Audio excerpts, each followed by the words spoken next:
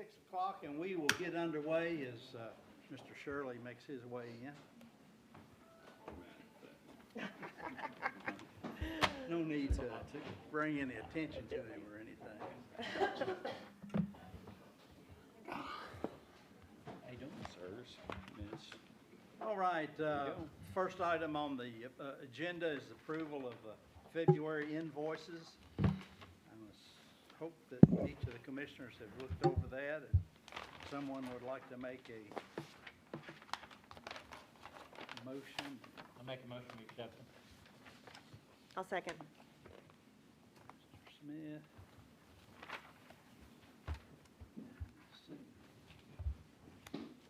All in favor, say aye. Aye. And then approval of the February 9th minutes. So moved. Second.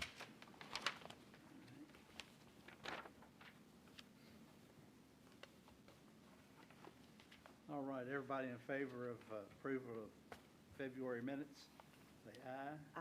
All right. Any opposed? And approval of the March 9th agenda. We've got some changes to it. Joe, do you want to go over those as we get to them or now? Well, there are no additions or deletions from the agenda, but there's a couple of postponements. All right. So we can get to that next. Okay. So we've looked over the agenda. I have a motion to approve the agenda. So moved. Who's that? Mr. Stone. James. All right, and a second? Second. All right, Mr. Green. Three different places. Extra. All in favor of approving the March 9th agenda? Say aye. Aye. Any opposed? Okay, item D, items for postponement or withdrawal. Joe? Yeah, we had all items noted on the agenda plus item G, Redwood Apartment Neighborhood is requesting postponement for 1 month. And there's a request to postpone the text amendment RV campground, or to continue that public hearing anyway for 1 month.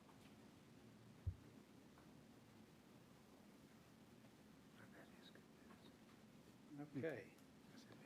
So we've got an additional postponement, Redwood Apartments, and a continuance for the RV campground. Does anybody have any opposition to approving those? All right. So do we need to make a motion on that, Joe, for those changes, or? I don't think we need a motion, but just maybe go through the items, all the items for postponement in case anybody. Okay, yeah. So under old business, we have ZMA 2022-57, Big Pine Land. That has been postponed, so if you're here for that. The Marston property, FSP 2023-01, has been requested for postponement. PDP 2023-05, American Welding and Gas Supply is asked to be postponed. And then PSP 2023-07, Redwood Apartment Neighborhood is asked for postponement. And the text amendment for planning and zoning concerning RV campgrounds is asked to be continued to next month because their speaker is out of state. Mr. Chair, if we could, once you get all this done, call that public hearing into session and then announce that continued then to next month. Will do. Okay. So does anyone have any reason not to postpone these items? So if you're here to hear any of those, they should be postponed to next month, there's no guarantee that it'll be next month, but theoretically. Okay, so we will open the public hearing for the text amendment for the RV campground to be continued. Any opposition to that? All in favor of continuing the RV campground, say aye. Aye. Any opposition? All right, so we will close the public hearing, and that will set us back up under old business for PDP 2022-44 worldwide equipment. We have one item eligible for consent. Oh, okay, I'm sorry. Yeah, under E, we have one consent item, and that is FSP 2023-02. That's the Birchfield property and on Bond Pike. And moving by consent means that they're not asking for any waivers or any variables, and we can approve that unless, without discussion, we discussed it at the work session on Monday, unless there's someone here that is opposed to that or would like to hear it. Anyone? No? All right. So, do I have a motion to approve the Birchfield property by consent? Motion. Second. Okay. Let me get the paperwork here. Motion by Mr. Jesse. And second by Ms. Singer. All right, we'll do a roll call. Ms. Singer, Yes. Mr. Shirley, Yes. Mr. Jesse, Yes. Mr. Vest, Yes. Mr. Stone, Yes. Mr. Garrett, Yes. Mr. Green, Yes. and Mr. Smith, Yes. and the chair votes yes. Okay, Mr. Birchfield, if you can come up here and see Mr. Perkins there, and get the paperwork done for you there.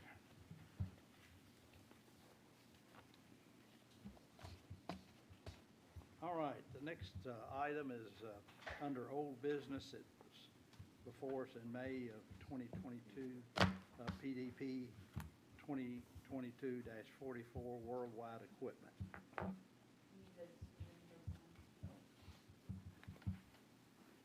Say again? We need to swear in those signed in this week. As soon as he gets through with Mr. Birchfield, we'll do that.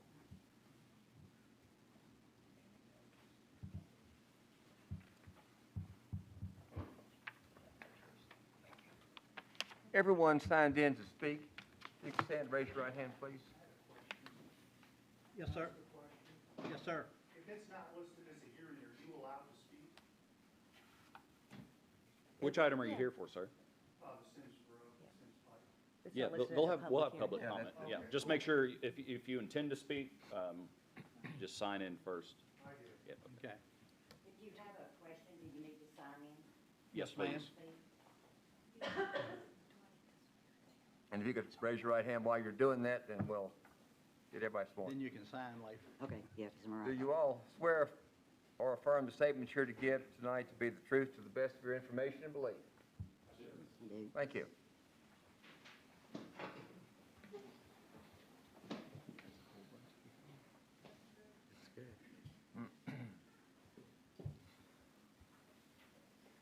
Well, we have a lull in the action right here. Mr. Perkins, did you swear in Mr. Jesse? Yes. For the record Oh, here? yes, and the minutes need to reflect that. Yes, sir. Yes, Thank you. we have a new commissioner, Mr. Haroldine Jesse, and he has been sworn in by Mr. Perkins. So that the minutes show that. All right. Lee, we'll turn it over to you.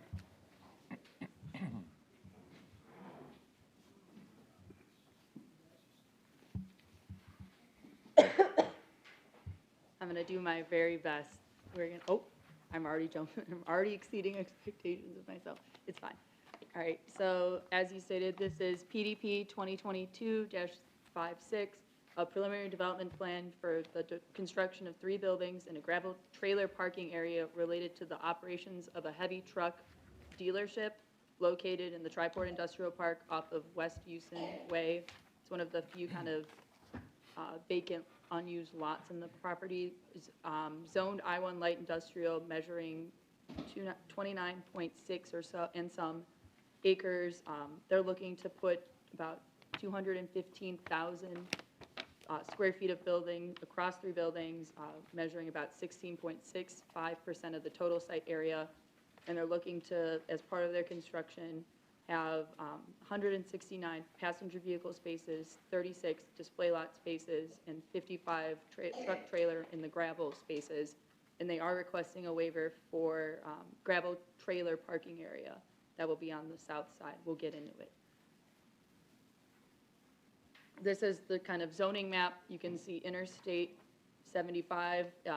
This does technically have frontage and adjoin the Interstate 75. Moon Lake subdivision is to the west of Interstate 75. Obviously, it's north of the Cherry Blossom Way. Interstate 75 exit kind of south of the IUG Forge site. This is the aerial here. So IUG Forge is to the north. The Rumpke facility is to the south. I already talked about what's west. And then east is the rest of Triport. So this is the development plan that they've presented to us. They're looking to construct the 3 buildings noted in blue, noted in purple, and then 2 entrances off of West Houston Way, kind of a south one and a north one. This is rotated so that south is to the, for you guys it would be the left, and north is to the right. So when you're looking at this, it is 90-degree turn. I couldn't fit it on a slide. Anyway, it's in the dry run watershed, and I will talk about it shortly. Other kind of things I can think of is, yeah, we'll get into that. So as part of this development, it was determined that they would require a traffic study. They did meet that 100 peak hour trips in the morning or afternoon. This is just our summary here. I did color code it. So we have about 141 peak hour trips in the morning and 193 peak hour trips in the evening. They analyzed 2 intersections, the one at Kentucky 620 or Cherry Blossom Way in Triport, and then Triport and Houston.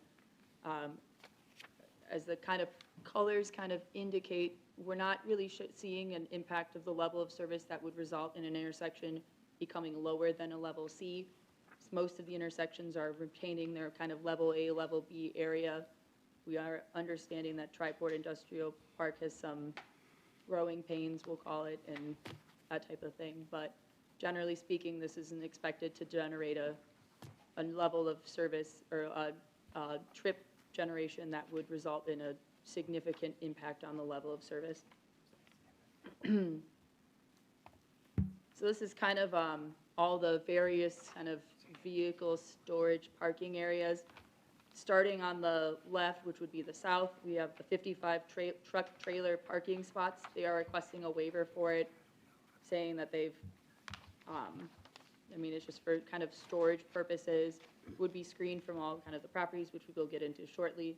And staff is inclined to agree to grant the waiver request, given that it will be used for truck storage. Kind of continuing as we go north, you hit that kind of building number 1. It's a 60,000 square foot facility for the truck trailer dealership.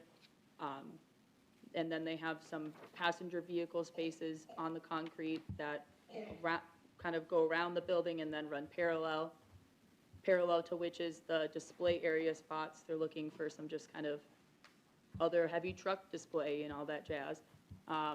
And then kind of moving up north in between buildings number 2 and number 3, which is just numbers that I've given them for clarity in the staff report and in the presentation, are 50 passenger vehicle spaces.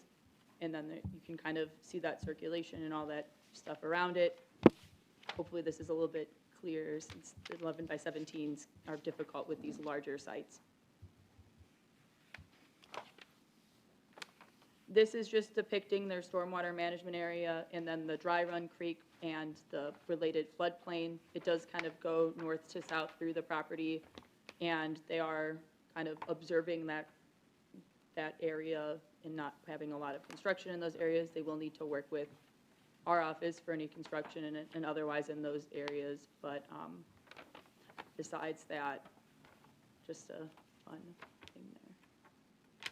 So kind of getting into this side of things, they are showing tree plantings, property perimeter plantings along the south where the property adjoins a commercial zoned property.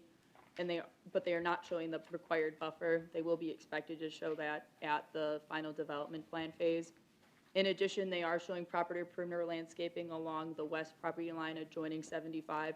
We would expect that they would adhere to the double frontage landscape buffer requirements associated with a non-accessing arterial, which is a 10-foot wide, 1 tree per 30-foot, and 6-foot tall buffer installation along that property line, just to kind of lessen the impacts of the site on people in transit on 75.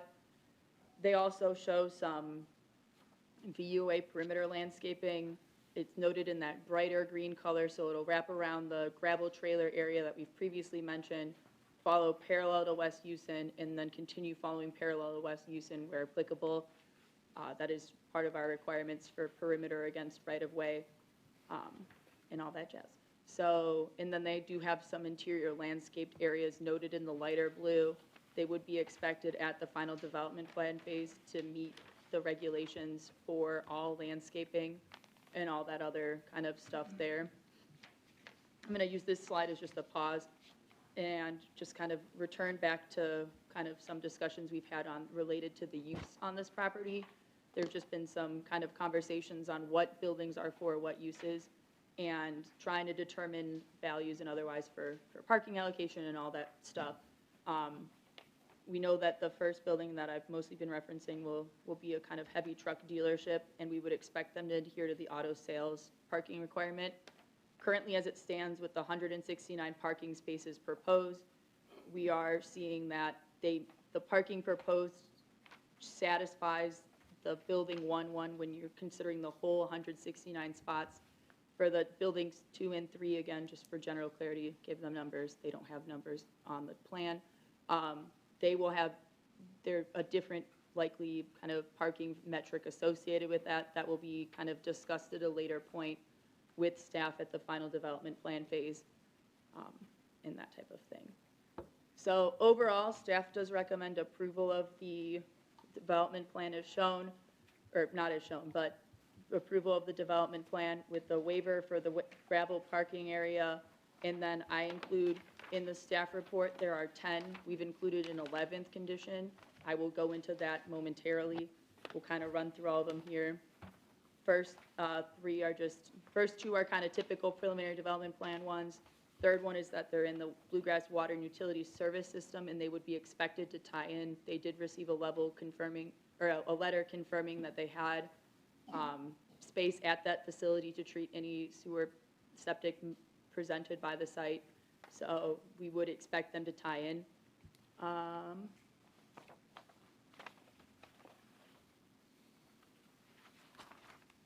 This is kind of more kind of general final development plan stuff that we include. And then the others are related to just the landscape buffer. Item 10 is that they just require that they adhere to the dry run watershed BMP study, making sure that they're making their necessary contributions and working with Ben on that process. And then number 11 is our additional item, specifically stating that all necessary and adequate off-street parking shall be provided at the final development plan to the satisfaction of staff prior to any approval of that development plan. Again, kind of where I kind of was pausing on it, just being uncertain of the uses and everything in those buildings, we just want to make sure that we're trying to make sure that the site can support the necessary amount of off-street parking, and that once those uses and maybe their employee counts are determined, we can ensure that the site is providing the appropriate amount of off-street parking as stated by our regulations. Besides that, I'll open it, I will close and open it to you guys. in this lovely.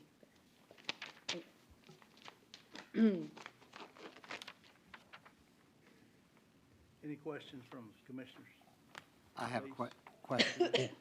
At our hearing, we asked about the traffic study not having the correct and engineering stamp. Did you hear back from them about that? Yes, we do have a copy with the correct signed stamp saying that it is in good standing. Okay, and all that. thank you.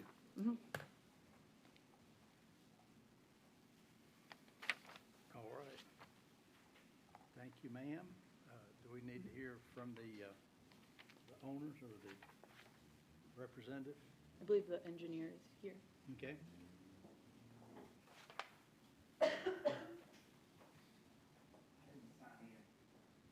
Oh goodness, that's terrible. That's just terrible.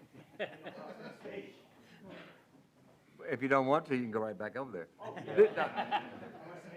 Well, in case they have questions, do you swear or affirm what you're about to say, if anything, is the truth to the best of your information and belief? Thank you.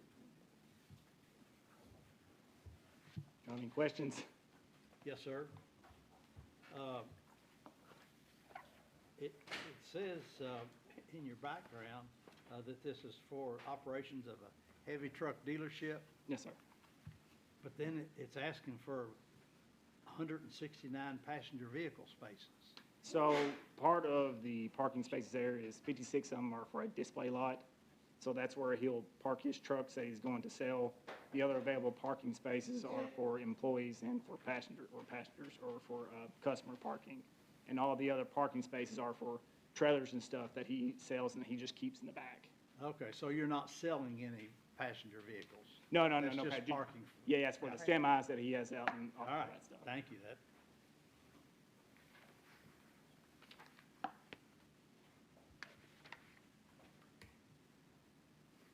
Your name again, sir? Trey Baston. Trey, I have a question for you. Yes, sir. Exactly what size are these vehicles moving in, these cranes? How wide is it? This isn't the crane. Oh, I'm This- sorry. Sorry. This is a truck I misunderstood what you said. dealership. All right, sorry.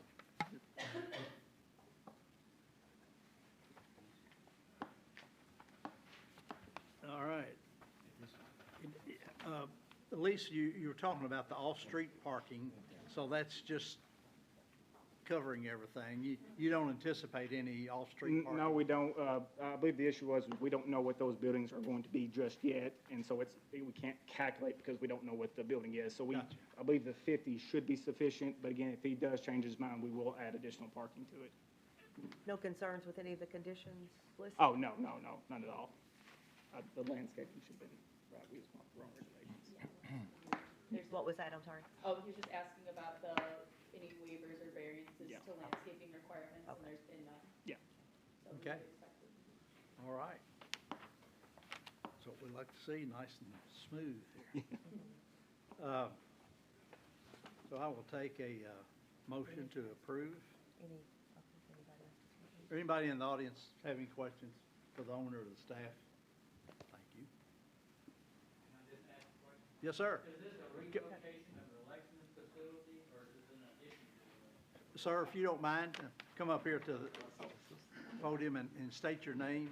Chief Whiteman, I was just curious if this was a relocation of the election facility or I don't know that. I'm Okay. assuming it's just an addition. just an addition? Yeah, I believe so.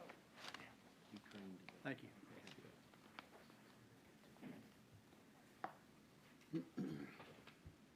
All right. Anything else, Elise? All right. I will take a motion for approval or whatever. I'll make a motion for the approval of PDP 2022-56, noted with the additional condition regarding the parking. So I have a motion. Do I hear a second? I'll second that. Yeah. And we'll take a roll call. Mr. Smith, Yes. Mr. Green, Yes. Mr. Garrett, Yes. Mr. Stone, No.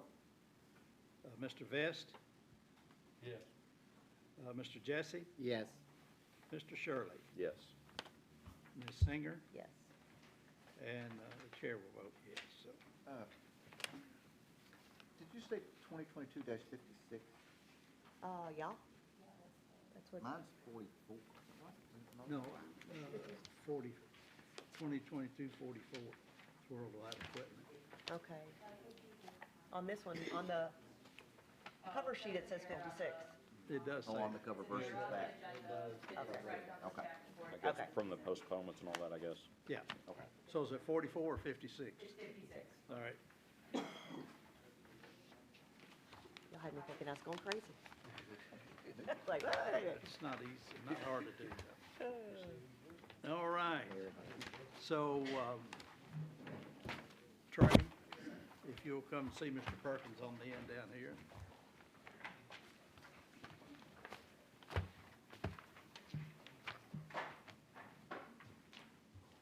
And the next item is a public hearing, and so we will open the floor for public hearing. This is for ZMA 2023-03, the Hale property at 255 Seabury Road. All right, thank you. This is a zoning map amendment, is the application here. It's for about just over a half an acre from the A1 zoning district, which is our agricultural zoning district, to our R1A zoning district, which is one of our single-family residential districts. The property and its access come from Seabury Road, which is a state road, Kentucky 1688, and there's water and sewer available to the site. So this is a look at our zoning map so we can see what the site is currently zoned. So the overall site, not the area that they're looking to rezone, but the overall site is outlined here in black. You can see that along Seabury Road, a lot of the property directly fronting on Seabury Road is zoned R1A already. That's the yellow color. The areas that are sort of the white with green is our A1 zoned property. And the areas in the yellow, the R1A zone, those areas are already annexed into the city, whereas the agricultural areas are not. They are outside city limits currently. This is, I guess, a different view, sort of if we're looking from Seabury Road, sort of the orange shape there is roughly the area that they're looking to later in this process turn into a new single-family residence with frontage on Seabury Road. So you can kind of see the green line that kind of, I guess, would have bisected the orange shape had I not filled it with color. Sort of represents roughly that area where city limits and that zoning boundary are on the site. So the area, if we're looking at the screen sort of to the left, in the back half of it, is that half acre that they're looking to rezone and then annex into city limits so that they could then create the lot that's shown there. This is the concept plan that was given to you, and you all have a copy of in your staff report. And it shows it with the exact boundary between the portion that's zoned R1A and A1. So this is really just sort of a step in the process that they're looking to go through to create a new lot for a single-family residence that's less than 5 acres in size. It has to be zoned one of our urban residential zoning district categories. It has to have access to public water and sewer. And so they're here before you requesting that we make a recommendation on their zone change for that back half of the lot. As part of our review of these types of applications, we look at our comp plan, we look at things like what the soil types are on the property.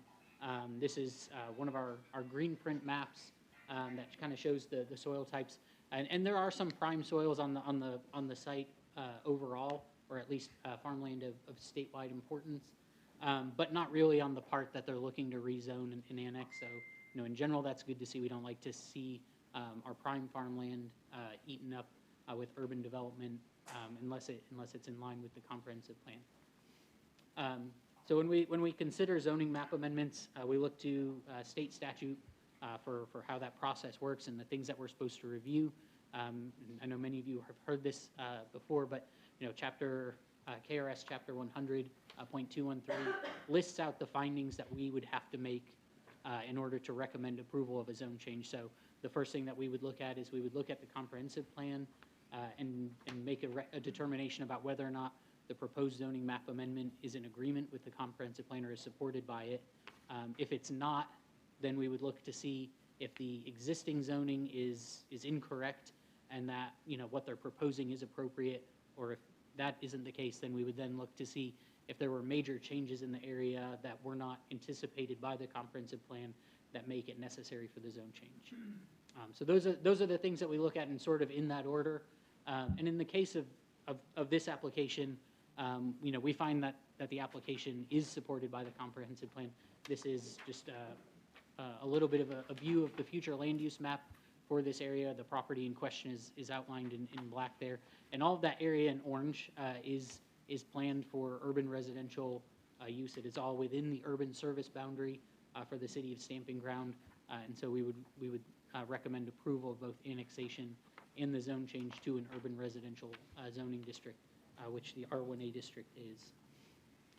So as I mentioned, I do recommend approval based upon the finding that it is supported by, the application is supported by the comprehensive plan, with the two conditions listed there on the screen. The first, as always, that they abide by all of our zoning ordinance and subdivision and development regulations, and then the second being that they annex into the city of, the part that they are rezoning into the city of Stamping Ground. Any questions? And as we talked about Monday at our work session, this is just to unify the whole tract into the same zone. Yeah, the whole tract that they're wanting to eventually subdivide. Right. Yes.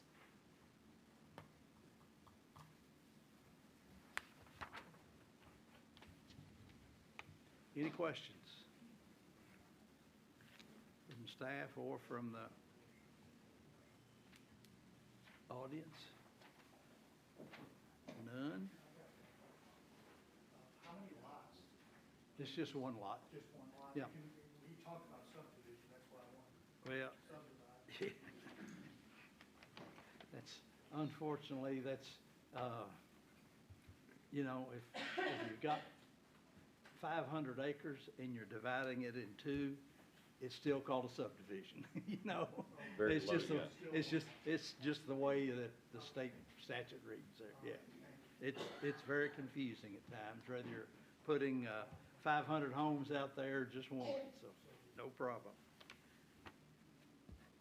All right, for the Hale property, any other questions or a motion? I make a motion to approve CMA 2023-03. Adopting the staff report is part of your motion. Yes. That's always it. Second. Mr. Garrett.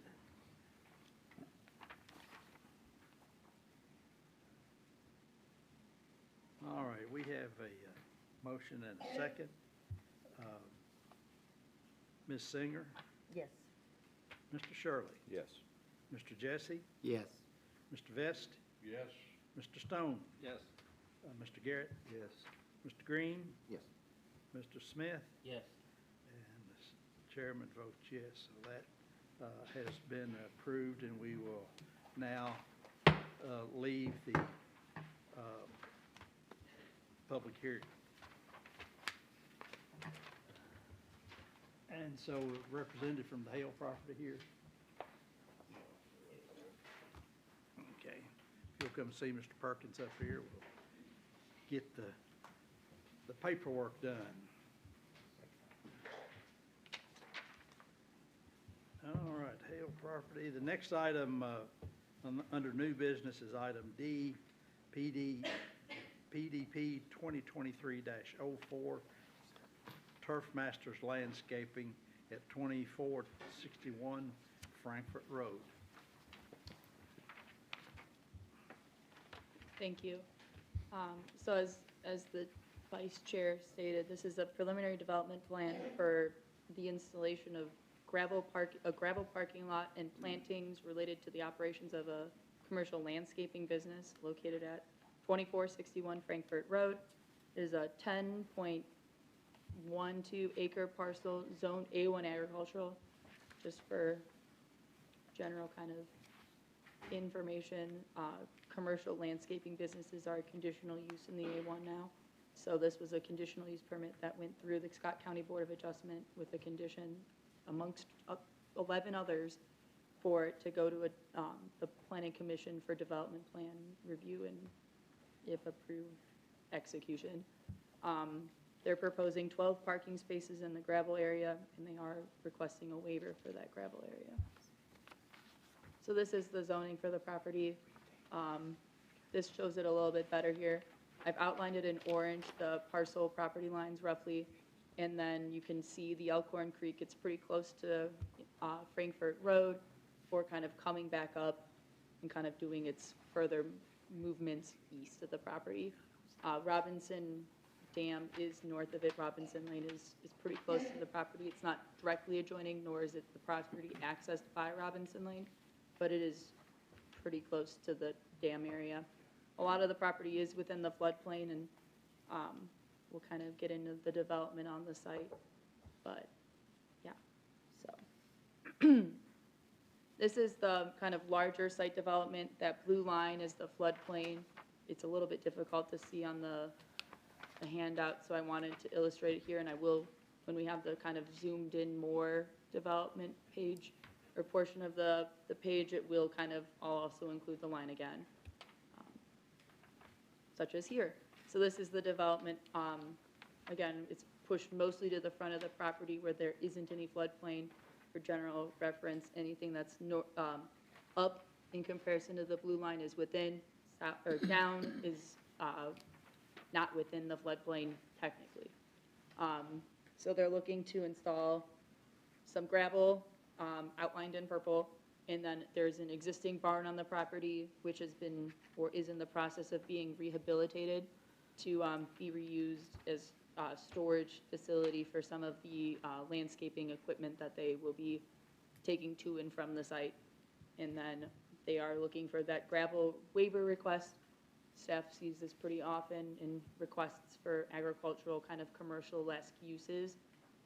It's less intrusive to the A1 use and overall kind of fits the character more than a pretty large paved property, and so staff is in agreement with the request for a waiver if this does end up getting approved.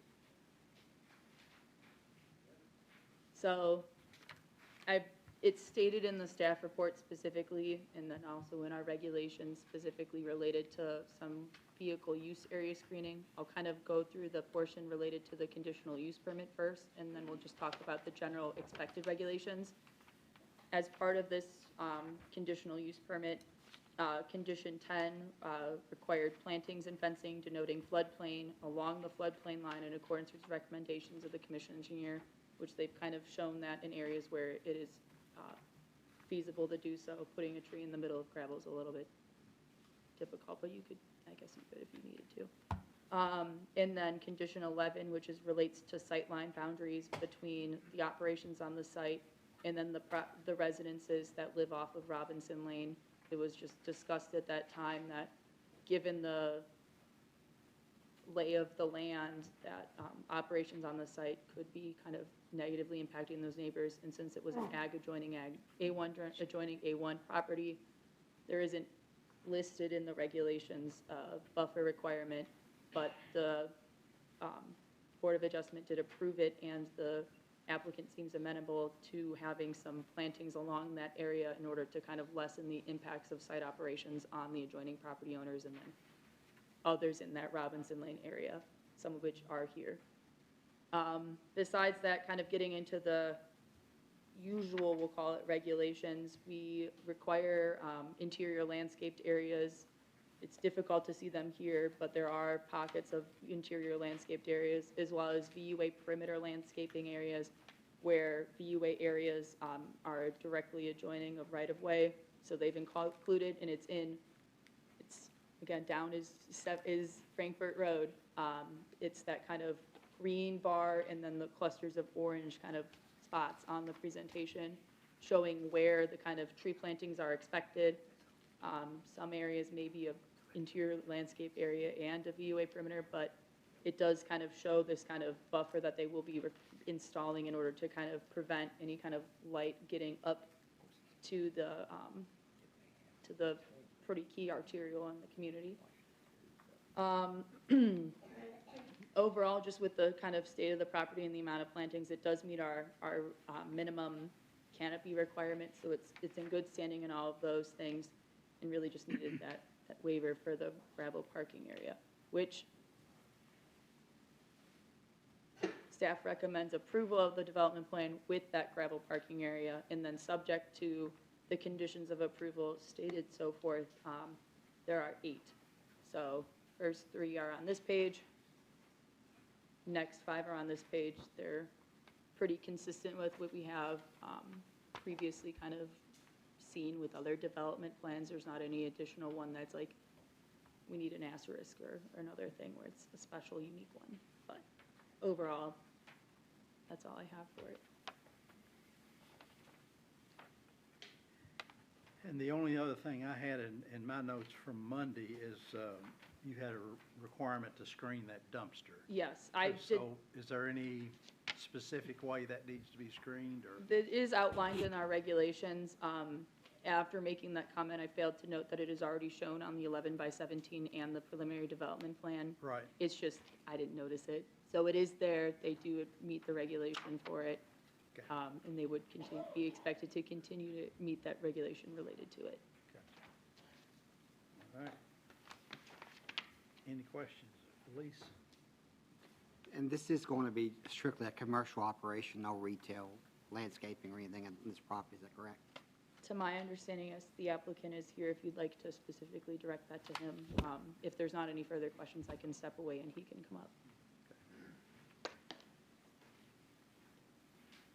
Very good. Mr. Franklin, are you here tonight? All right. I'm Tony Barrett. I'm a landscape architect here on behalf of Turf Masters.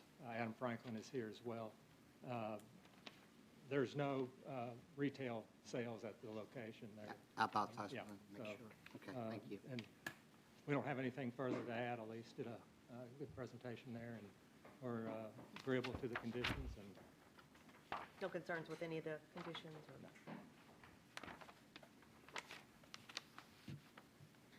All right. Does anyone in the audience have any questions of either Elise, Mr. Franklin, or Mr. Barrett?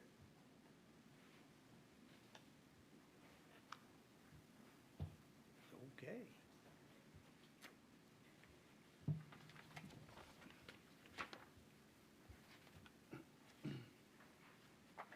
Well, with that said, I will take a motion. Yes. Mr. Jesse? And a second? I'll second. And that motion adopts the staff report? Yes. Thank you. PDP 2023-04. Yeah.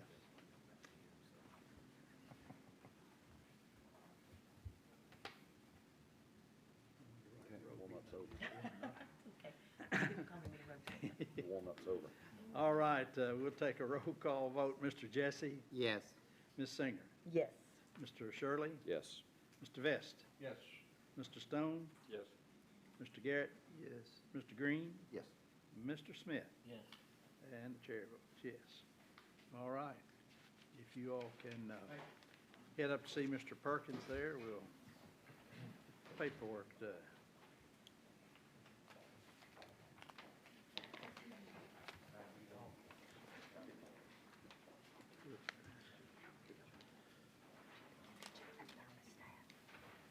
Y'all warmed up? All right, the next item on the agenda is PDP 2023-06, D Crane Development. Okay, this is a preliminary development plan request for D Crane crane rental business on Sims Road, 224 Sims Road. They are requesting approval for a 10,000 square foot building, 100 by 100 building, set 200 feet back off Sims Road with gravel parking area to the south and west of the building and employee parking on the north side of the building. This is the site on Sims Road. It's approximately a quarter-mile north of Cherry Blossom Way and Delaplane Road on the west side of Sims Road. I guess go back for a second. This property came before you in October of last year for rezoning. So it was zoned A1 at the time. They requested I1 light industrial. Planning Commission recommended approval. It went to City Council. They annexed the property and they approved the rezoning to I1. So now the property is zoned light industrial. The development plan essentially, it's a long, narrow 10-acre lot, 300 feet wide, approximately 1,400 feet deep. It runs from Sims all the way back to the railroad right-of-way. It's a portion of the overall farm that was subdivided off. The remainder still is A1. It's undeveloped at this time. To the south of it is online transport. Directly south, it's a combination of a property that's zoned I1 or lawfully non-conforming industrial use. They use it mainly for tractor trailer storage and a tractor trailer transport business. So fairly straightforward development plan. They've included a wide entrance for to allow the cranes to enter and exit the site. So they're showing a 50-foot wide driveway. The area that's a little bit lighter gray is going to be concrete, and the darker gray is they're asking for gravel for their storage of equipment and cranes. There are a couple variances that they'll need to get this approved. So the landscaping ordinance requires a screen, so a 15-foot buffer with tree plantings between any industrially zoned property and any ag property. So that would require them to screen the whole perimeter of the site. But property owners can waive that screening when you're talking about screening required between any urban use and any ag use. So the current owner of this lot has a contract to sell it. He owns the property to the north, so he would likely waive that screening requirement. So it likely wouldn't be required to the north. That property, if this is approved, will likely develop industrial in the future, since this whole area is planned industrial. The railroad is to the west, and to the south is online transport and other industrial users. So we are in support of the waiver of that screen along the entire perimeter. The other waiver needed would be a waiver to the interior VUA trees. So because of the wide driveway entrance, the amount of interior landscape area is I guess, exacerbated, or is a lot larger than really is typically needed between parking spaces, because those interior landscape islands are designed for automobile parking lots. So they need to get a variance from that requirement, from 6 trees to 2 trees. They're only showing 2 islands around the parking lots and 6 trees. You couldn't fit 6 trees in those islands. So we are in support of that variance as well, although if that was, if you didn't see a need to grant that variance, they could probably find a space for those 6 trees somewhere else on site. And the third variance is to the gravel parking. So typically we don't allow gravel for parking lot surface unless it's for long-term storage, or if it's for an area that's not going to see a lot of vehicle traffic on it, mainly just either storage or display or long-term storage. It has been common practice to grant a variance for gravel on industrial sites where they're storing vehicles or equipment, kind of as the long-term use of those areas. We've never granted it for parking areas or vehicle use areas that are getting a lot of daily traffic. They're proposing this to be their storage area on the lot and pave the actual vehicle employee parking. So we are in support of that as well. There is a requirement that we are not recommending waiving, and they're not asking for it, to screen along Sims Road. So they'll be required to screen all their paved and gravel areas from Sims Road on their final development plan.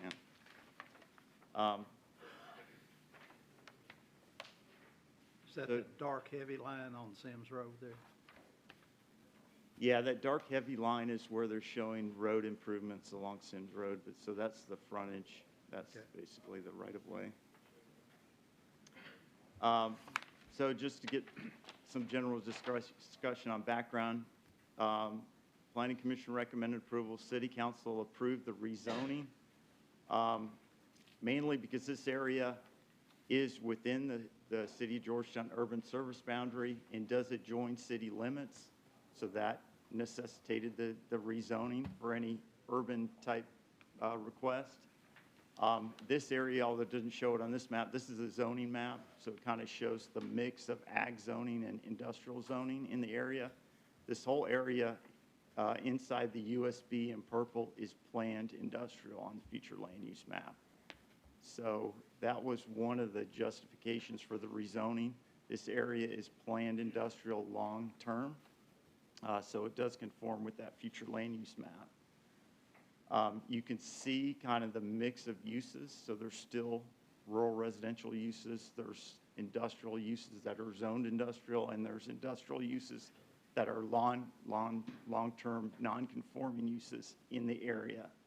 So this mainly shows Sims Road and the kind of the intersections and the roads in the area, but the subject property is just to the north on the left side of Sims Road, just to the north of this image.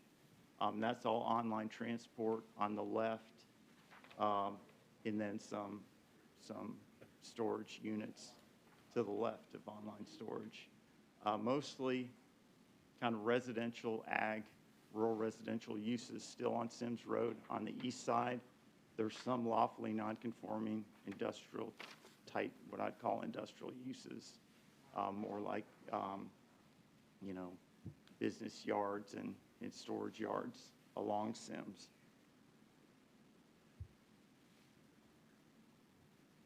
So, see if this, there we go. So I have a few images of Sims Road. So the main staff concerns when we brought this up at the zone change stage is Sims Road itself, kind of the width of Sims Road and the condition of it. It doesn't meet our current industrial road standards. So right now it's between 18 and 20 feet wide. The industrial road standard is 20-foot pavement width, and then ditches, shoulders and ditches are curbed. So it doesn't meet our minimum industrial road standards currently. These are just some images. This is at the D Crane entrance. So this is looking south. D Crane is on the right. It's about 18 feet, or the applicant measured it 20 feet right here, but 18 to 20 kind of varies a little bit. This is looking north with the D Crane entrance on the left. You can kind of see there's been some edges added when the county repaves or resurfaces or does work. They typically add a little bit on the edge of the road. Oops. Very little. Well, that went a little crazy, but. And this is the hopefully- development plan. Yeah, that's what it's going to look like in 20 years. Future concept, right? Yeah. So, I guess We should to probably get- go ahead and vote that down. just to get back to the staff report, the rest of the images probably we can get to in a minute, but the main concerns are with the road width.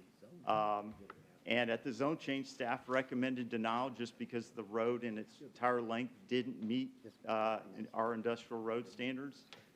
But the Planning Commission recommended approval, and the zone was approved, and it was changed to I-1, and City Council did annex it. So at this point, with it zoned industrial, The use meets the underlying zoning. The main issue is with the road standard, and we kind of talked about it at workshop. The only avenue we really have is to either deny the application or approve it with the condition that they widen the road to our standard along their frontage. So we can't ask them to go off-site onto other people's property and widen the entire length. So what we can do is require them to widen it where they can, on their property, where they're donating right away, and where they're making their improvements. So we are recommending approval with them doing their widening, and as the other property develops, either those properties will do their proportional share of the widening of Sims Road to bring it up to our standards, or the county, or there'll be some state project that will fund widening of the entire length, and not the entire length of Sims Road, I would project, but just that area within the urban service boundary that's planned for industrial or urban uses. I guess the other issue with infrastructure is no sewer in the area right now. This lot is large enough to accommodate an on-site septic system with no issues. So there's enough land there for septic tank and drain field. So we are, when sewer is available, they will be required to hook up since they're in city limits now, and they are an urban use. So I just let me try to go through the rest of the slides just to give you some of the background on the site. So the road here has been improved a little bit. You can see a truck actually on the road in this image. So this is looking, I think this is looking south. Looking north? Yeah, it says north. Yeah, okay, this is looking north with a truck coming over the hill. And that truck is about where the entrance location is, I believe. So their sight distance, they're kind of at the top where it levels off and it drops off in both directions. But there is a location that they can meet sight distance. But you can kind of see the image of a truck on the road. So it's 18 to 20 feet wide.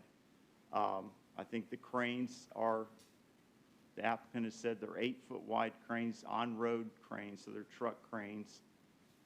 8 feet kind of bodies with, they'll have mirrors that extend a little bit further.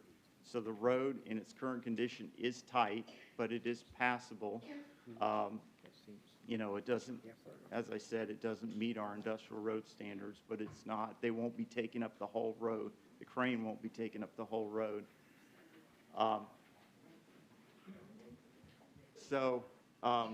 I guess to get back to the other condition I've added in the staff report, so we are recommending approval, as I said, with the condition that they widen the road along their frontage. The other issue that was raised was with school bus traffic and safety of the road. I've added a condition that they, and it's, let me see if I can get the wording.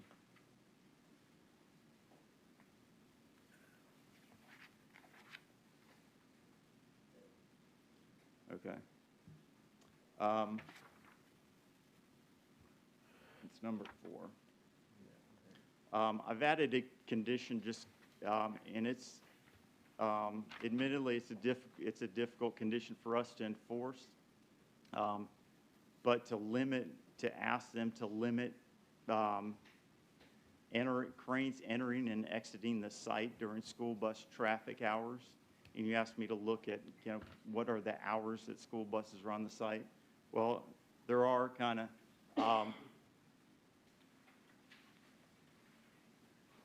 this is kind of the school bus traffic application.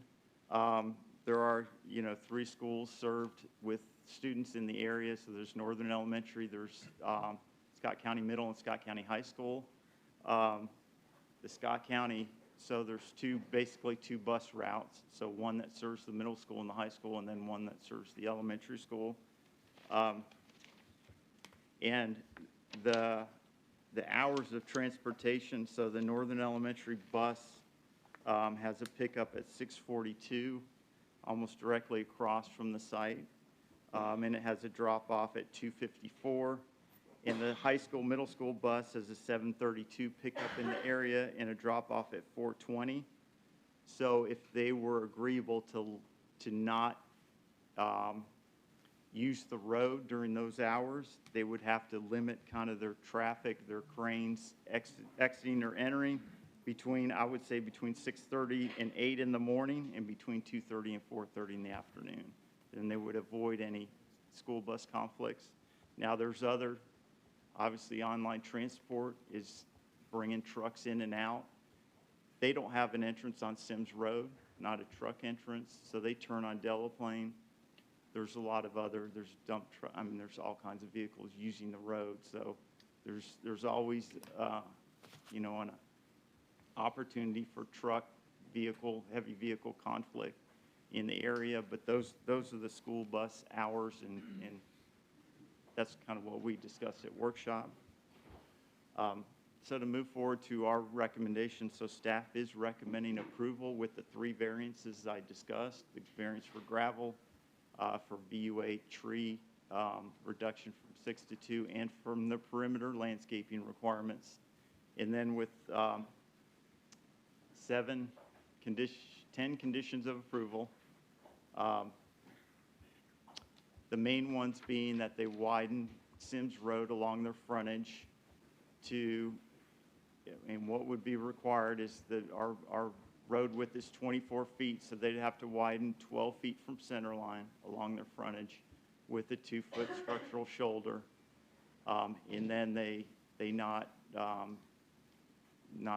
have trucks enter and exit the site between those hours I mentioned. And then our other standard conditions of approval on top of that.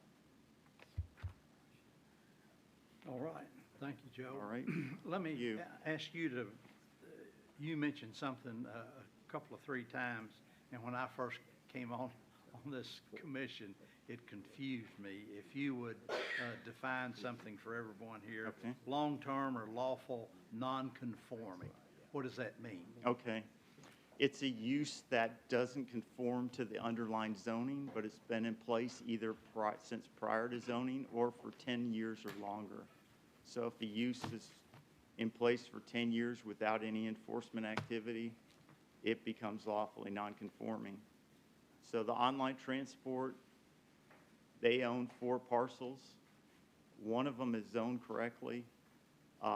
One of them is, they moved into an old, like, repair business that I think pre-existed zoning or goes back a long ways. And they purchased that and moved into that, I think, in the 80s or 90s, but it's been in operation for more than 10 years, so that's lawfully non-conforming. One of the lots has a development plan approval for the storage of those trailers, so it's lawfully conforming. And then another one is not zoned appropriately and is lawfully non-conforming. So it's a combination. But lawfully non-conforming is a property that has a use that doesn't conform to the underlying zoning, but it's been in place greater than 10 years with no enforcement. So your reference earlier was specifically to the online transport, lawfully non-conforming. I think there's a couple other businesses on the street, but yeah, that's the one I was. I remember, was it Speaking of. December? When did we discuss that? Maybe it was actually this calendar year. I believe it was. October. October? Yeah. No, this one is October, but online transport was more recent, right? Yeah. It may have been January 23. Because it has access or entrance not from Sims, right? Correct. Okay. Brad, Can you put that picture back up with the trucks there and where it was looking northbound? I will try. So looking on the street with the truck, with the vehicle? Right. That one? That one. Okay, so where is their property line? Are you standing about, is that picture about on the, where they'd have to do all that? Or would it be that and some more? I think that truck is at their entrance. So it'd be everything up that hill, they'd have to widen all that, 24. Yeah, about 250 feet, I don't have a. But somewhere can't- in there. Yeah. Yeah, 300 feet of widening, but 250 feet to the entrance, pretty much. I have a question about item 4 as one of the conditions of approval, and you were going into detail about the school buses. Shall limit is the wording there. What, and realistically, what legal standing does this commission, as well as we have our attorney here, what standing can be done to actually enforce this? That they have to follow, and should this also have more specific times, or is that covered by saying during school bus times? I'm just curious as how can this be enforced? Yeah, I mean, they would have to agree to it, I would think. Once they agree to the condition, then they would have to agree to allow us to enforce it. And then we'd have to enforce it through, code enforcement and circuit court if it came to that, but. Would Carly? rely on public complaint or somebody of the public raising it, right? Yeah, it wouldn't be. You're not gonna cities. sit out there in your planning and Well, zoning board and watch for it. no, I mean, we'd rely on, yeah. But what action could Neighborhood be taken, complaint. say they don't? I mean, you've done your good due diligence and saying you're not wanting them to do this. But I guess the second part of my question is, what can actually happen legally if they don't do this? If we were to require it without them signing off on the conditions of approval and acknowledging that, they'll abide by those conditions, if we were simply to require it, none of that, I don't think we could do anything with it. Excuse me. Because that's not in our regs. Our only option would likely be to simply deny approval. With them signing conditions, I agree with Joe, not that I can say we've got experience on that, because generally the things we've been able to enforce through the years, they've been reduced to writing in a regulation. But if part of their getting approval is that they've agreed to these conditions, I think there's at least a fair chance that a court, and we would have one of two ways of going about that, either for an injunction in civil court or a criminal summons out of district court for violation of the development plan conditions. Again, I'm not going to tell you that we've done that. We've done a number of enforcements through the years, none solely based upon a signed condition of approval. So this would be fair to say this would be actually entering into a legally gray area of the law? I prefer to say a legal contract. Now, whether a judge found it gray at the end, well, that's a different matter.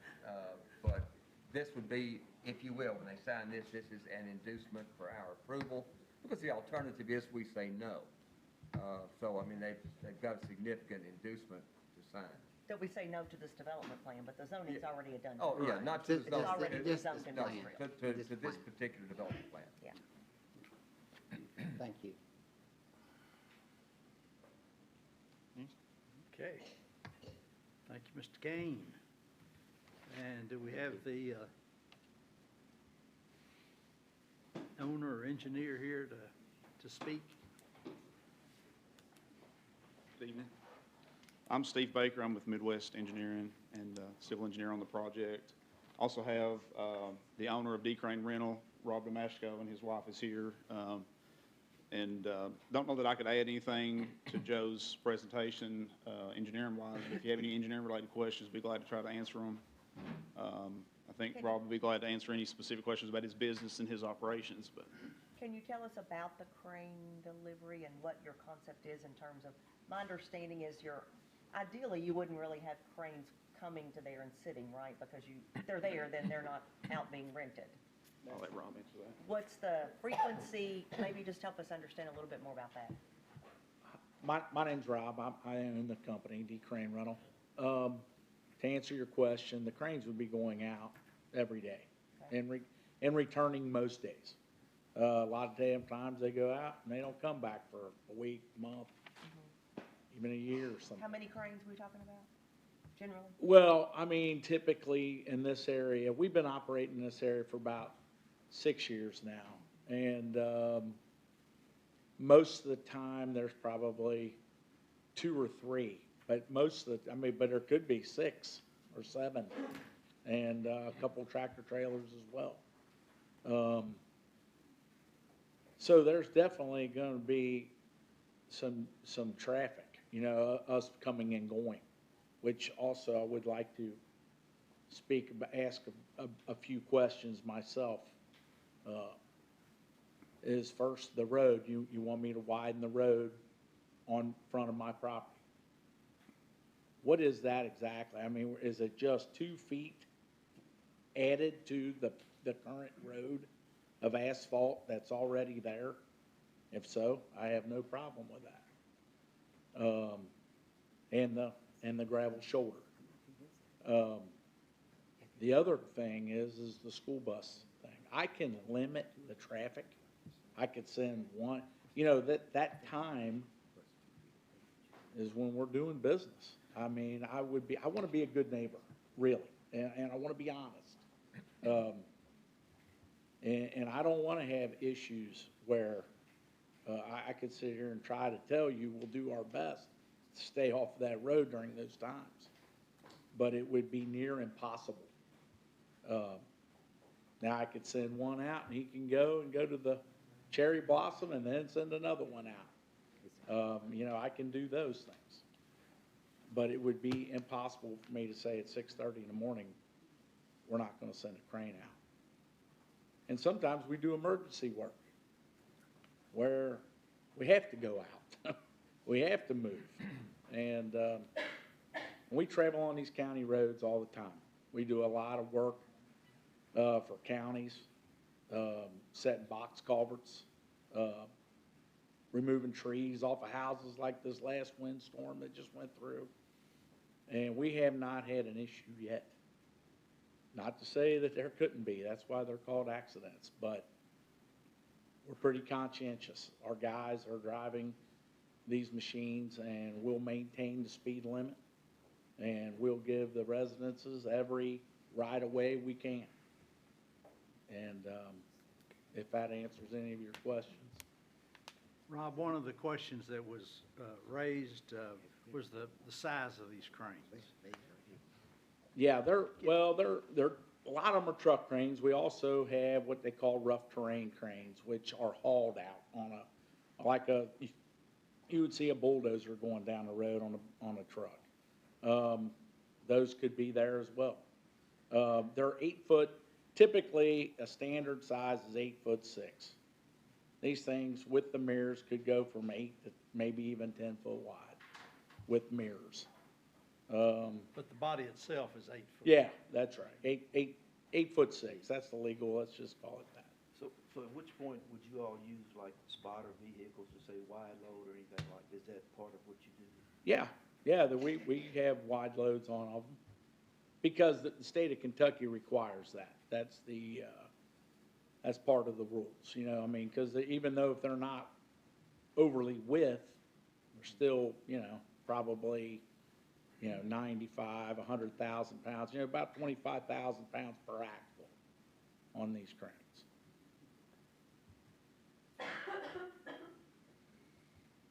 And those axles go from probably 4 to 6. If you think you're dealing mostly, which I wouldn't hold you to it, these truck cranes is, just for a point of reference, you know, I guess, is there a commonly seen model, like you could say, oh, you've probably seen one, these type of people, just for visual representation? Yeah, link belt. We link belt, as you probably know, are in Lexington. And we buy the majority of our cranes from there for the reason we can get parts pretty easy, you know. But, yeah, you see a link belt crane going down the road, it's probably mine in this area. I do a lot of work here. So in a worst case scenario, you could have 6, 7 go out the same day? Yeah, I would say I can't see more than that here. I mean, right now, I mean, you know, the plan is, you know, to continue to grow and build, and, you know, that's why we want to buy these 10 acres, which hasn't been bought yet. You know, it's all dependent on what goes on here. You know, I have, you know, we're small, we're family owned. This is not a big corporation. So I can't just buy this ground and not be able to use it. So say in a day you get 6 going out, it's probably gonna take you, what, 15 minutes to get it out and up on the highway? At the very most. So you're talking at the most, a little over an hour on the worst case scenario. Yeah, but it isn't all gonna happen at one time. Right. These all go out at different times. We have cranes that go out anywhere between, they start at 5 in the morning. And then probably won't come back till the end of the day. But it might very well come back in that time that Is you're there- talking about the school buses. Is there any way to stage them, cherry blossom or something, to get it outside of these hours? Like, you know that this is the hours, you know, this has to be out by, let's say, you know, they gotta get on the road by 7:30. That So would- you stage it someplace. I'm just It- asking I, a question. I would love to say yes, because I really want this property, but I'm not gonna sit there and lie to you. It would not work. It just wouldn't. You know, just being honest. It's, that's the purpose of the property. That's the staging area, you know? Worst case scenario, maybe a 15-minute delay if the bus is going by. I can't even, if it, at the most, I can't imagine that. It's only 3/8 of a mile from the entrance of where we're putting it to the stop sign.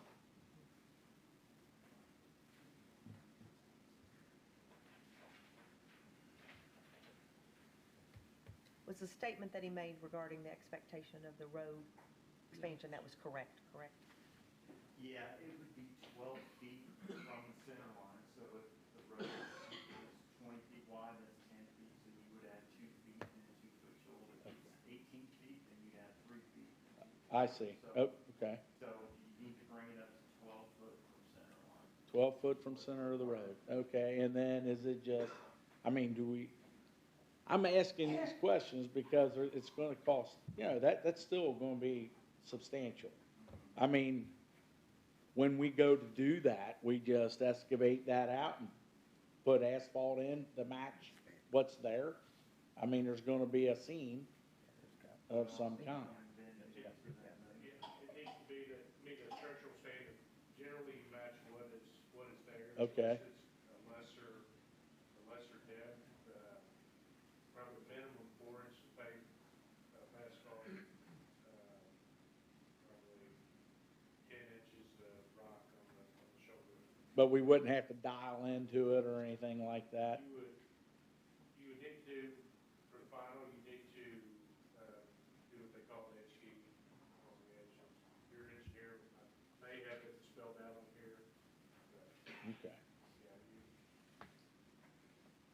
yeah, Just that's to- like rebar.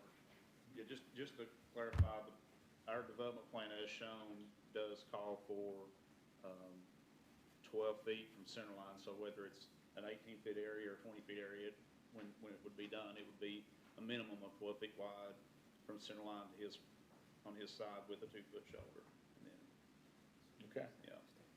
Okay. No, I'm fine with that. What about if there isn't room to get the 12 foot? You have to go to the property owner that's on one side or the other, buy footage off of it, or?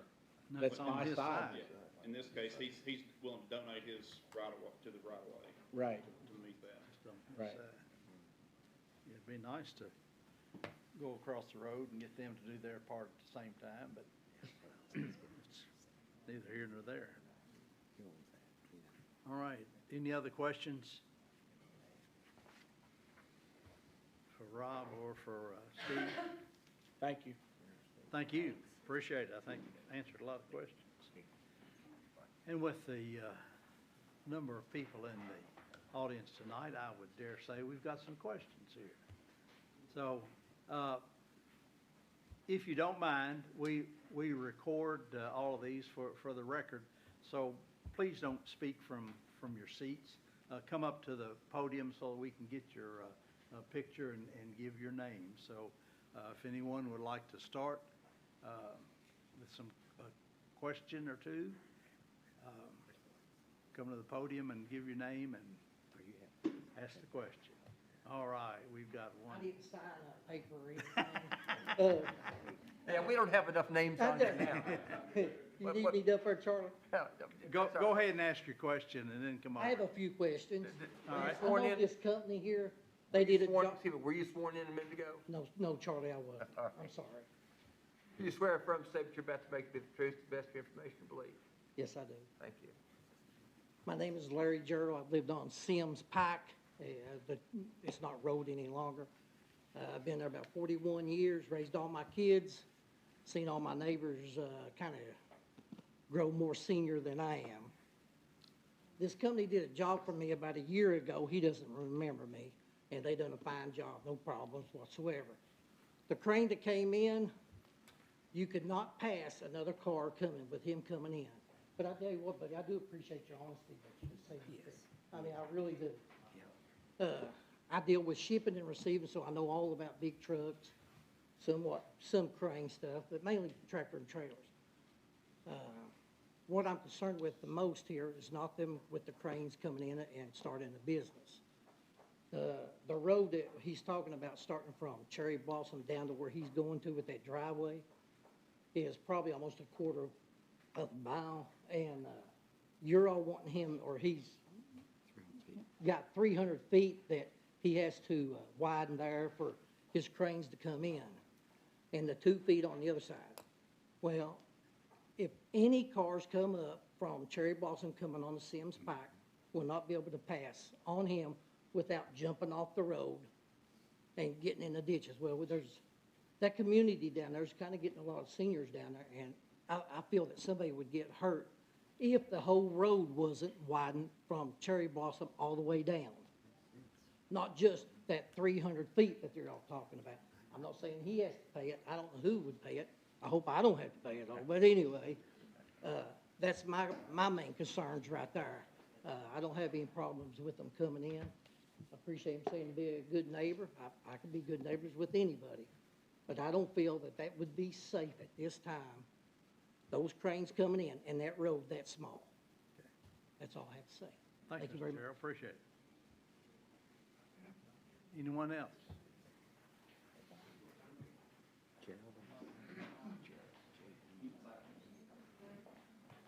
I live at the corner of Sims and Delaplane, and yes, Charlie, I was sworn in. Couple questions. We stood in this building, in this venue, about 15 years ago because there was a problem. Can you, Mr. Kane, put up an aerial view of the area, please?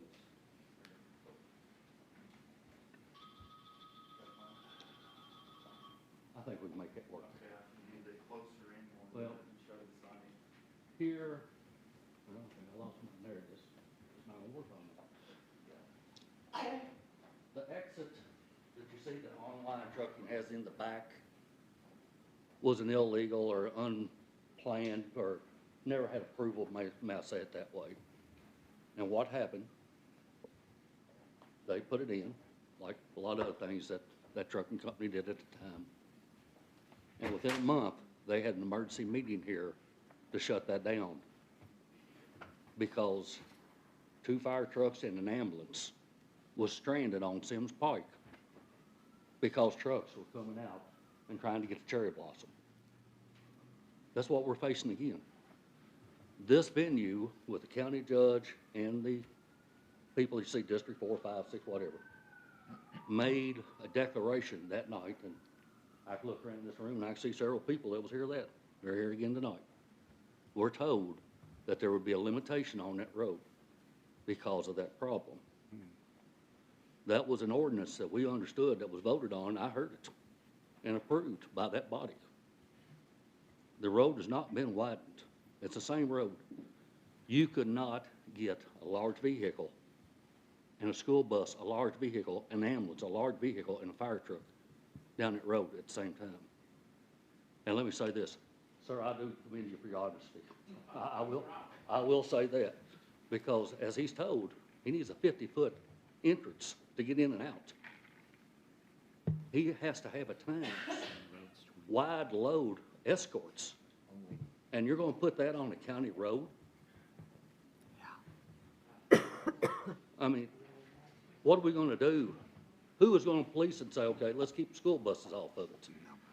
That's great. Who's gonna police it? Who's gonna be responsible for telling you, hey, They didn't live up to their obligations. They didn't do what they said they'd do. Worse than that, what are you gonna tell Mr. Brown when his barn's on fire and they can't get a fire truck to him? That's what we're facing. We've been for say down this road already. It was decided long ago that this would, light industrial, sure, light industrial. I have no problem with that, but not large trucks. Also, I have one other question. What are they gonna do with all the storm water off that property? This is not their fault in any way, but as you well know, online trucking, and Mr. Kane told you, he was very correct, did a lot of development there without any planning. We already have an issue down below there. And if you look at, can I have topography? The other area? I don't have one for the map on. There it is. That's the highest area there. We don't have anything there that's showing me that what they're putting in is gonna be pervious. Everything that's there, and let's assume, and the gentleman, like I say, he's honest enough to tell you, he's gonna utilize the 10 acres. I would too if it belonged to me. I would want to. I wouldn't buy it, not use it. We already have a problem that we never had before, and I've lived there since 1978, of drainage and flooding. That's not even been addressed tonight. It's not even been brought up. It's not even been discussed. They're putting in gravel. They're putting in concrete. I'll ask your own engineer, what pervious rate is gravel? Less than 2%? There you go. So now we're gonna add to a flooding problem. They didn't create it, but they're gonna add to it, and it's not even being addressed. They can't add to it, this is the preliminary, they'll have to address that. Okay, but if it's approved, that's what we're looking at. So I'm gonna ask that you don't approve their development plan. If something else wants to go in there that's indicative, that can be good to the neighborhood and not be in a way of getting up and down the road, you know, the gentleman's honest enough to tell you it's gonna take him 15 minutes from time he pulls out to get out to the road. That's a long time for an ambulance to sit and wait for a road to clear. It's a long time if you're in your house waiting for a fire truck to get to you. I don't want to be in that position. Thank you, folks. Can I ask a question? You mentioned an ordinance. I'm assuming you were referencing fiscal court passing an ordinance, since we don't have the authority to pass an ordinance. I understand. Charged with, making sure that we comply with them. Was it fiscal court you're talking about? Yes, ma'am. And the ordinance said at the time that it would be used only for vehicular traffic, Sims Pike. And for a long time, there was a 35-mile-an-hour speed limit sign with a restricted travel on it. But there was a couple caveats. Agriculture was exempt. And of course, emergency vehicles. That's what was designated the width of, and I can tell you this, I just spoke yesterday to the county road superintendent. There are no plans. There is nothing in the budget. There is no funding to widen that road.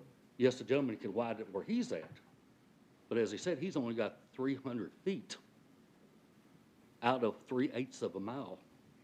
What are you gonna do the rest of the way? You're gonna bottleneck it. And I don't know if he's aware of it, but you need to know there's a high-powered electric line goes up and down that road on one side or the other, it crosses over. And that's very, very expensive. So you need, before you do something, you need to be aware of that. Yeah, that Toyota paid to put that one in, so they're the only ones had enough money to afford to do it. Anything else I can help you with, folks? I've been there longer than anybody. I'm sorry, I'm the old head. But, Thank you. I see one or two exceptions. Thank you, Mr. Watson. Joe, you want to say something regarding the Well, ordinance? I mean, just to clarify, I don't think it was an ordinance, but I could check, but just looking at the online transport records, they were cited because of that entrance, and they were required to come back to the planning commission with the development plan, and they came back, and they were, that entrance was restricted for only employee traffic or ag traffic use, so no trucks could use that entrance. So I think it was a condition of approval. It was entrance specific, not Sims I don't, specific? no, I'm not And may aware I of say any something about ordinance on online Sims. trucking? I had their regional supervisor in my driveway for 2 hours last Saturday morning, wanting to know what was going on here. And he specifically said they would not, as well as us, give up any right of way to widen any road or enter into any agreement to pay for any widening. Thank you for that information. All right. Do we have anyone else who would like to speak? Sir. I'm Phyllis Gibson, and I live on Sims. I'm at 862. And I've been there since 84 or 85. And when the online trucking came in, prior to that, that was Eastside Auto, where they just mainly worked on trailers, to my knowledge, because my husband worked for them for several years. But then, when the online came in there, and even though they closed that gate off, we still get those big tractor trailers down Sims where they get lost and miss their turns. Then when you get down to the forks, some of them knows how, I guess they're experienced enough to turn around, some's not. But if you meet one of them on our road, which I have, and they'll take that whole road on you, you got to know where to go. You stop, you're waiting and just praying they don't run over you. And, you know, I mean, I'm older now, eyesight goes like everybody else's, but you keep bringing bigger and larger equipment in there on us. I mean, we're just minnows in a pond, I'm sure, to, you know, the bigger world like online, but at least he was honest enough to tell us if he buys it, he's gonna access it, and I agree, I would too. But us on down Sims, it's not no straight road, you got a lot of rises up and down. So it's not safe at any point, even where you're widening where he's at. You still got a rise, you're coming over when you get to him. I mean, right before you get to him. So I just don't see the safety for anyone out on Sims Road there or travels, and we got a lot of traffic on Sims. Gets worse all the time. And I'm exactly 2 miles on the left from the end of it up there. And it's nonstop all night long. And has been ever since Toyota came in, actually, but getting worse every day. And I know the road department can only do so much. They come out there, we get big potholes, it takes forever to get one filled. So, that's all I gotta say, but thanks. Excuse me, your name again, please? Phyllis Gibson. Ah, very good, thank you. Sir?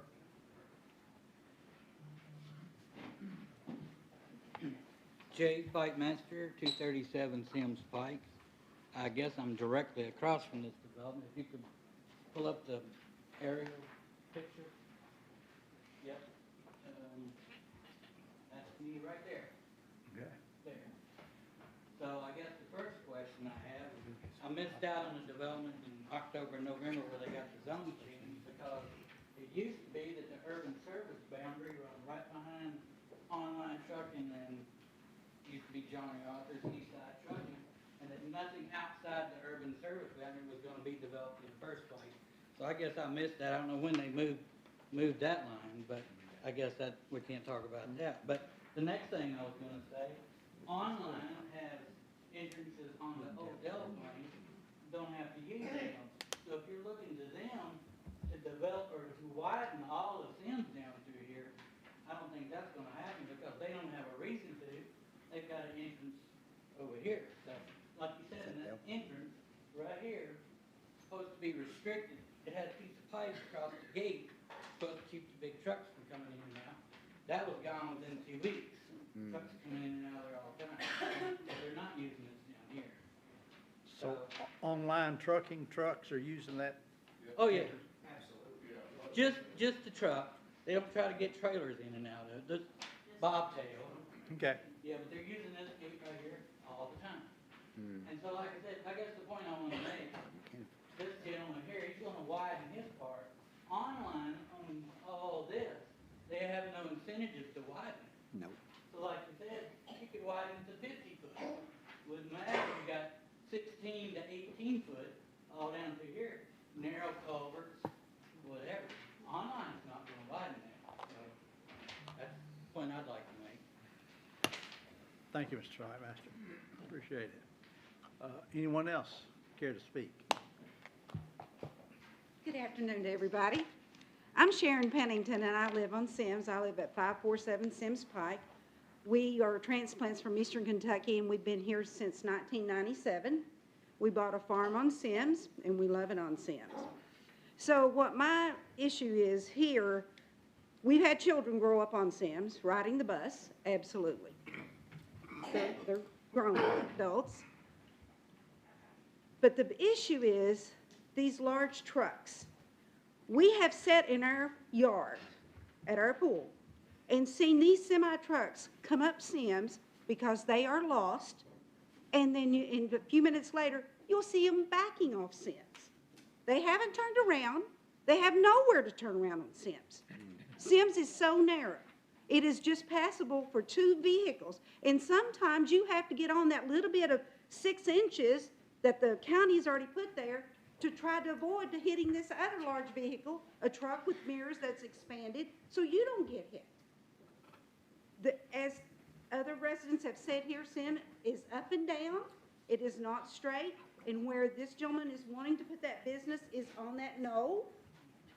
So, I mean, there's blind spots there. Even coming up on that knoll, coming up north on Sims to see that.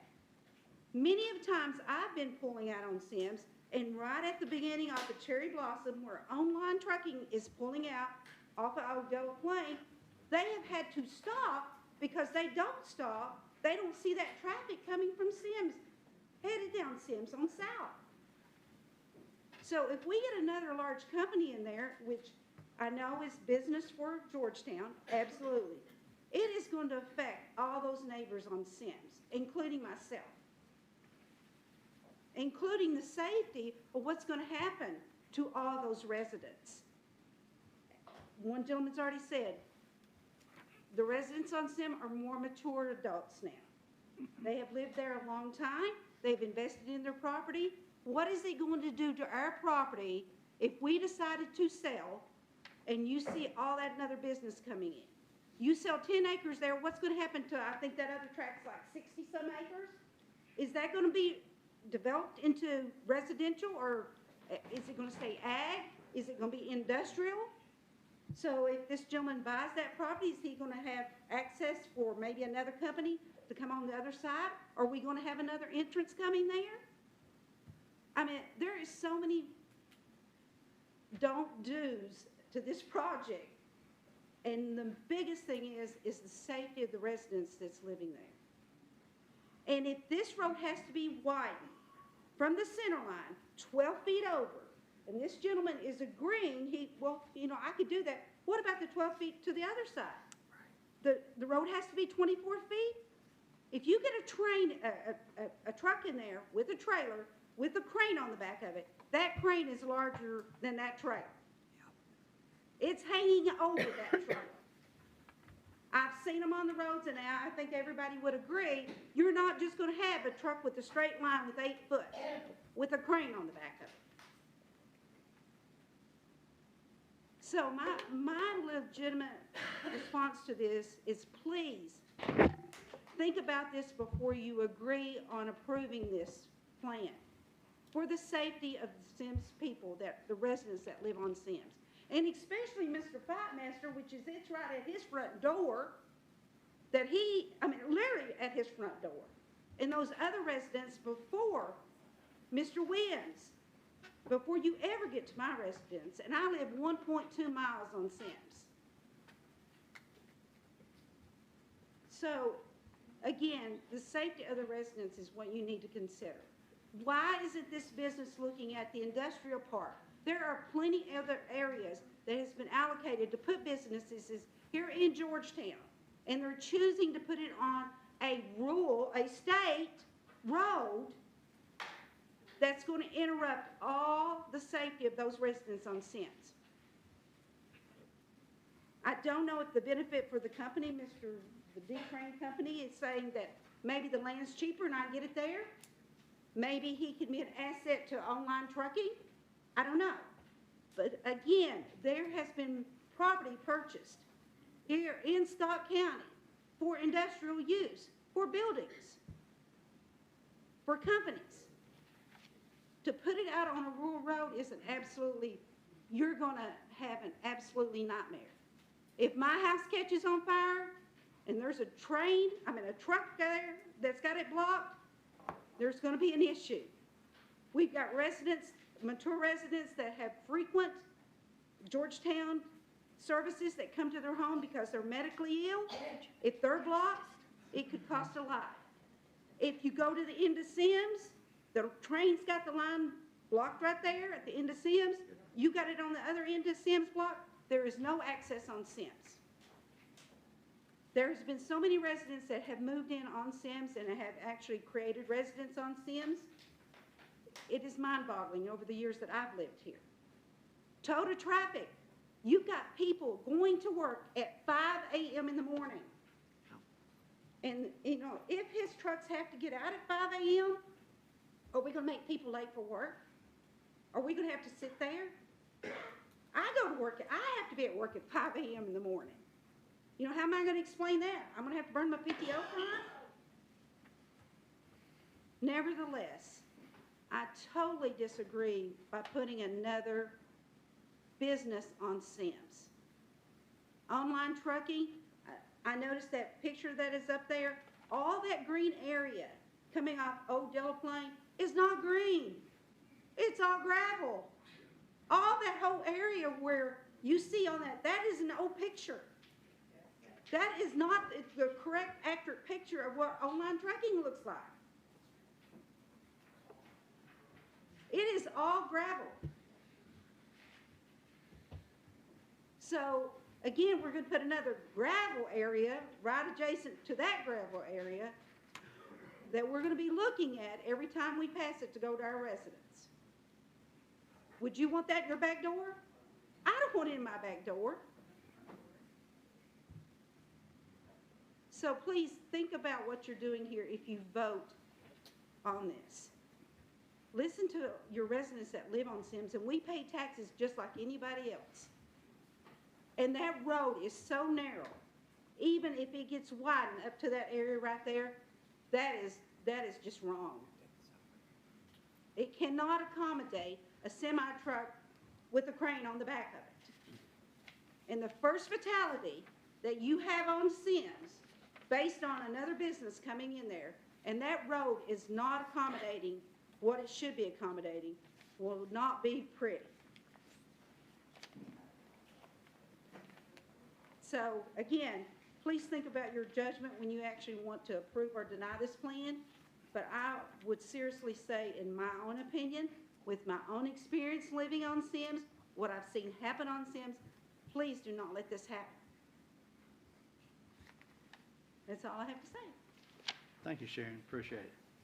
Is there anyone else like to speak? You're not fast enough. Hey, I'm Greg Schickel. I live the next... Excuse me, your name again? Greg Schickel. Oh, yes, thank you. Yes, sir. I live at 384 Sims Pike on the same side of the road, next property up from this. And this gentleman here, I can tell he's an honorable guy. And I know he wants to do the right thing, and I don't begrudge him for wanting to be there. But I do have some caveats and concerns myself. First of all, that online trucking place where they've got their employees coming in, they've got like a bar over the top that keeps semis from going in there, but almost like once every few weeks, somebody almost pulls out on you right there from their entrance, and it's blind. And so that's one, I mean, that's just a vehicle pulling out, and we're not even talking a big vehicle, you know. The other thing is, you know, I don't know when, you know, I was at the meeting here maybe this past November or something with one of these meetings on this, and I guess apparently between that meeting and this meeting, I guess the city has ruled that basically this is now A1 or light industrial. Now is it light industrial there, or is it light industrial on up, or on up farther north, or just this property? No, it's just this. Okay. But I mean, to me, think it just seems the a little future, short. You might want to specify Of the course. future land use map too. That might be what created maybe some confusion. So the actual zoning versus the future land use map. You want to explain that, Joe? Sure. Just, your question is what's industrial? Well, Yeah. there's two levels. There's the conference plan, future land use map Uh-huh. plans this whole area industrial. But the zoning, there's only the corner lot of online transport. Okay. Corner in this property, and then there's one to the west, are the only ones on. Okay, I got you.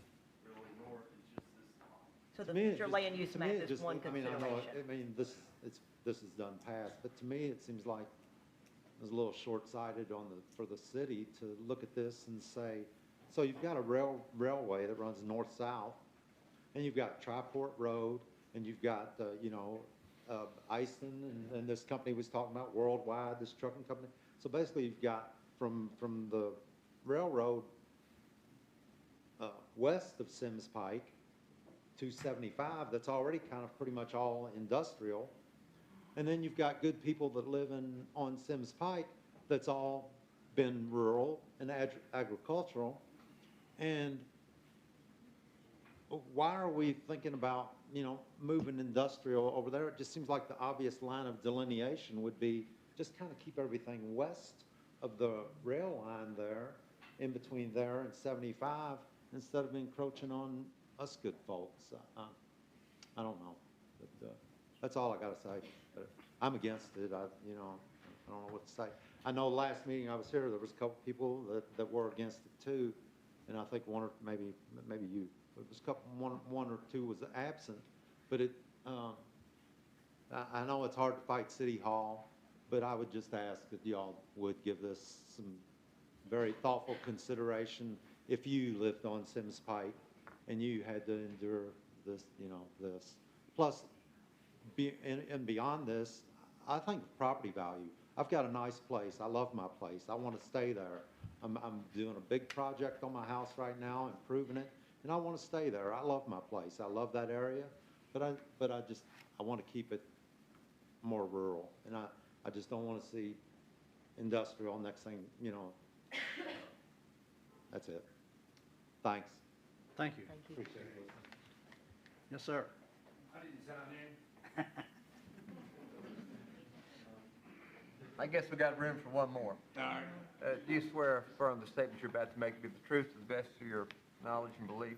Yes, I do. And your name, sir? Dallin Gibson. Who? Dallin Gibson. Dallin Gibson? Yep.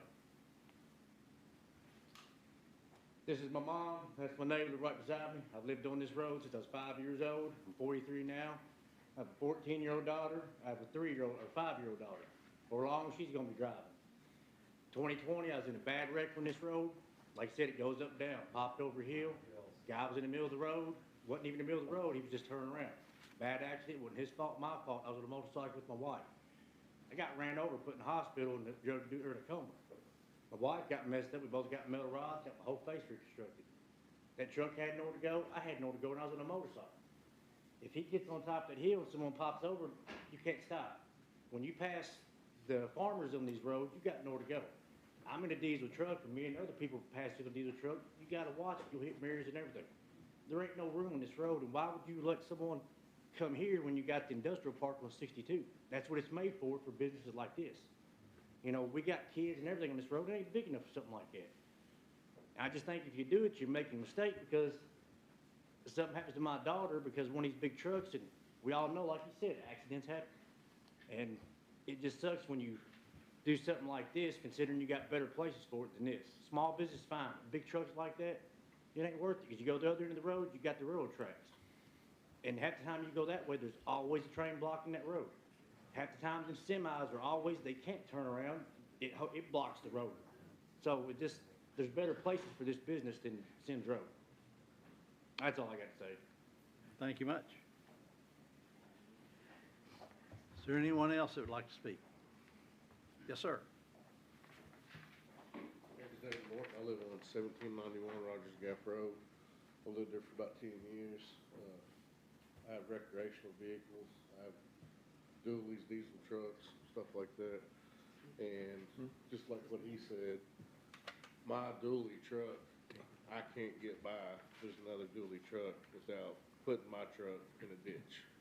I've had my mirrors ripped off, truck scratched, everything else. I don't know what that picture was a while ago, if it was a S10 or a Ford Ranger or something like that, but it wasn't a dually or a bigger truck, so.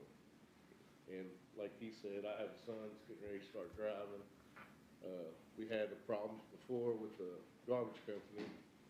My son's school bus got hit twice by garbage trucks on our road. And then the semi deal, well, the semi takes Sims Road because they're skipping the scales. So the GPS tells them to go down Sims to get away from the way stations. Once they get to the tunnel, they can't get through. So then Crane has to come, turn the semis around, bring them back out.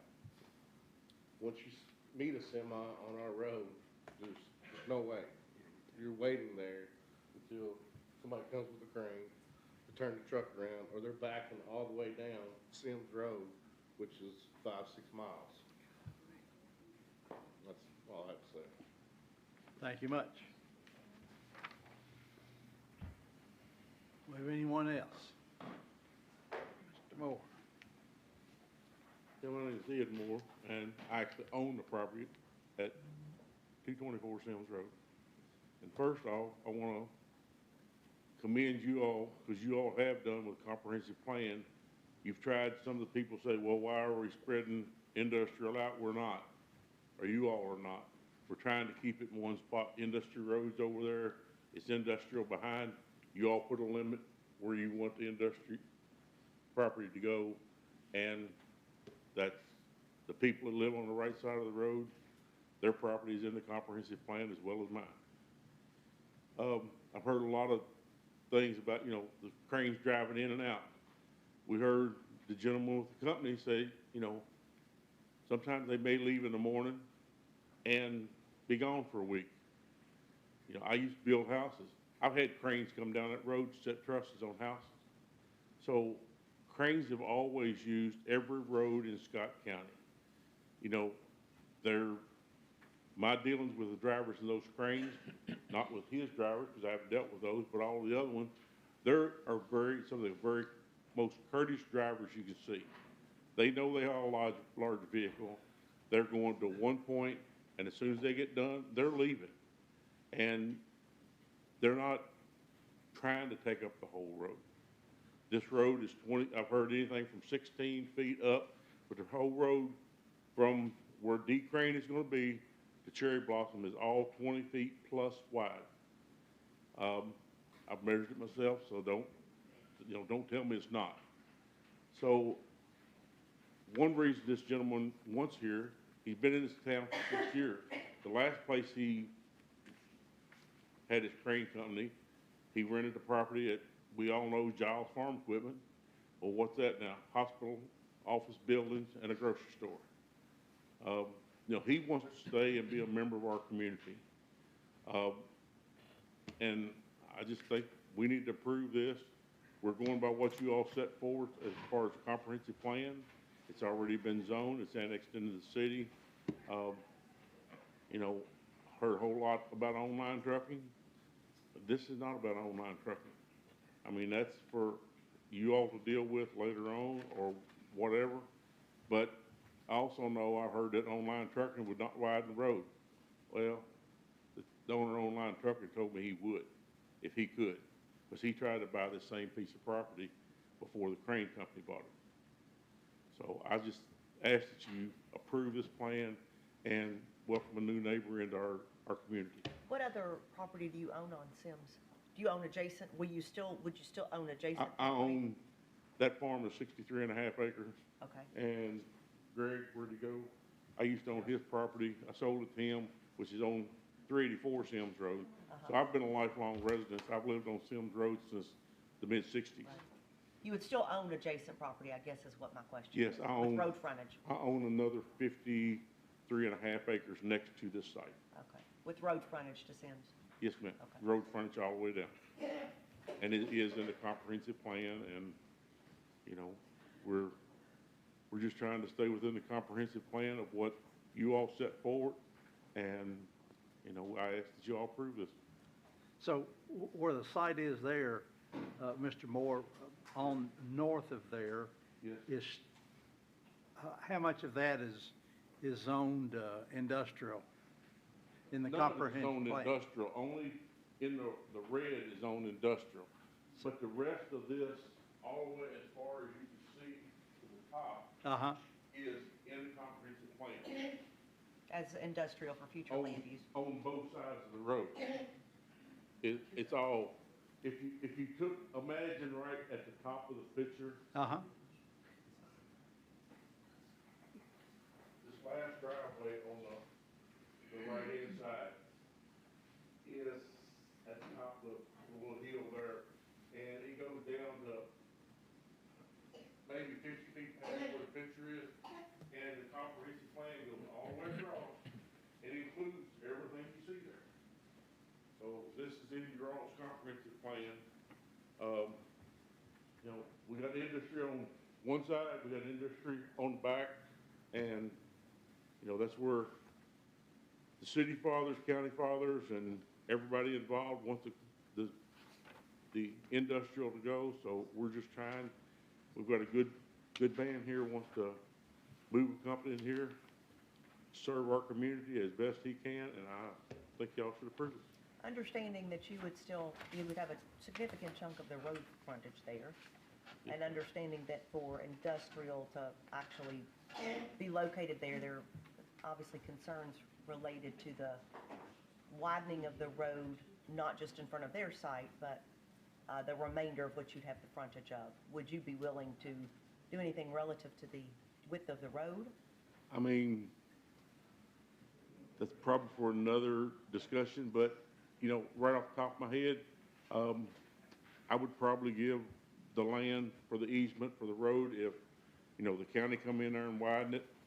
The state, you know, it was for some reason, you know, for me to build a road for everybody else to drive on, and don't know about if I would be willing to that, but as far as the land for the right of way, yeah, that could be worked out.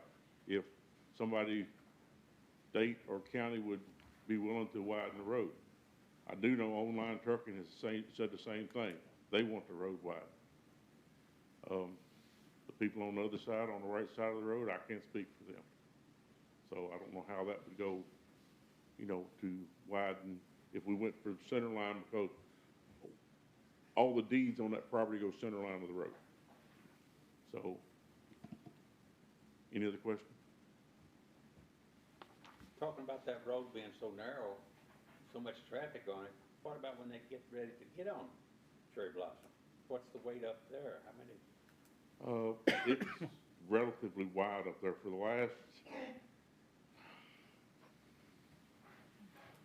about the first 200 feet of Sims Road, you come off Cherry Blossom and there's a small section, then Old Delaplane Road goes off, that you can see in that picture there.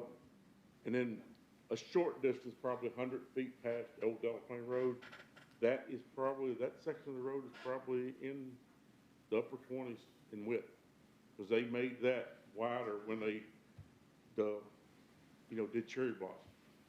But I was talking mainly about coming off of your road and going right or left, like Toyota or whatever. Is there much of a wait? There's not a light there, is it? Yeah, there's a light there. Oh, is it? Yes. Well, I missed this. I had There's something that would move. there's a traffic light there that goes into Gate 5 of Toyota, and it's also, you know, on Sims Road, so there is a traffic light, and generally it's, you know, I go in and out there quite a bit. Generally, it's not any more of a wait than it is a regular traffic light. I had a mental lapse. I know that one daily. But, okay. All right, thank you all very much. Thank you. Yes, ma'am.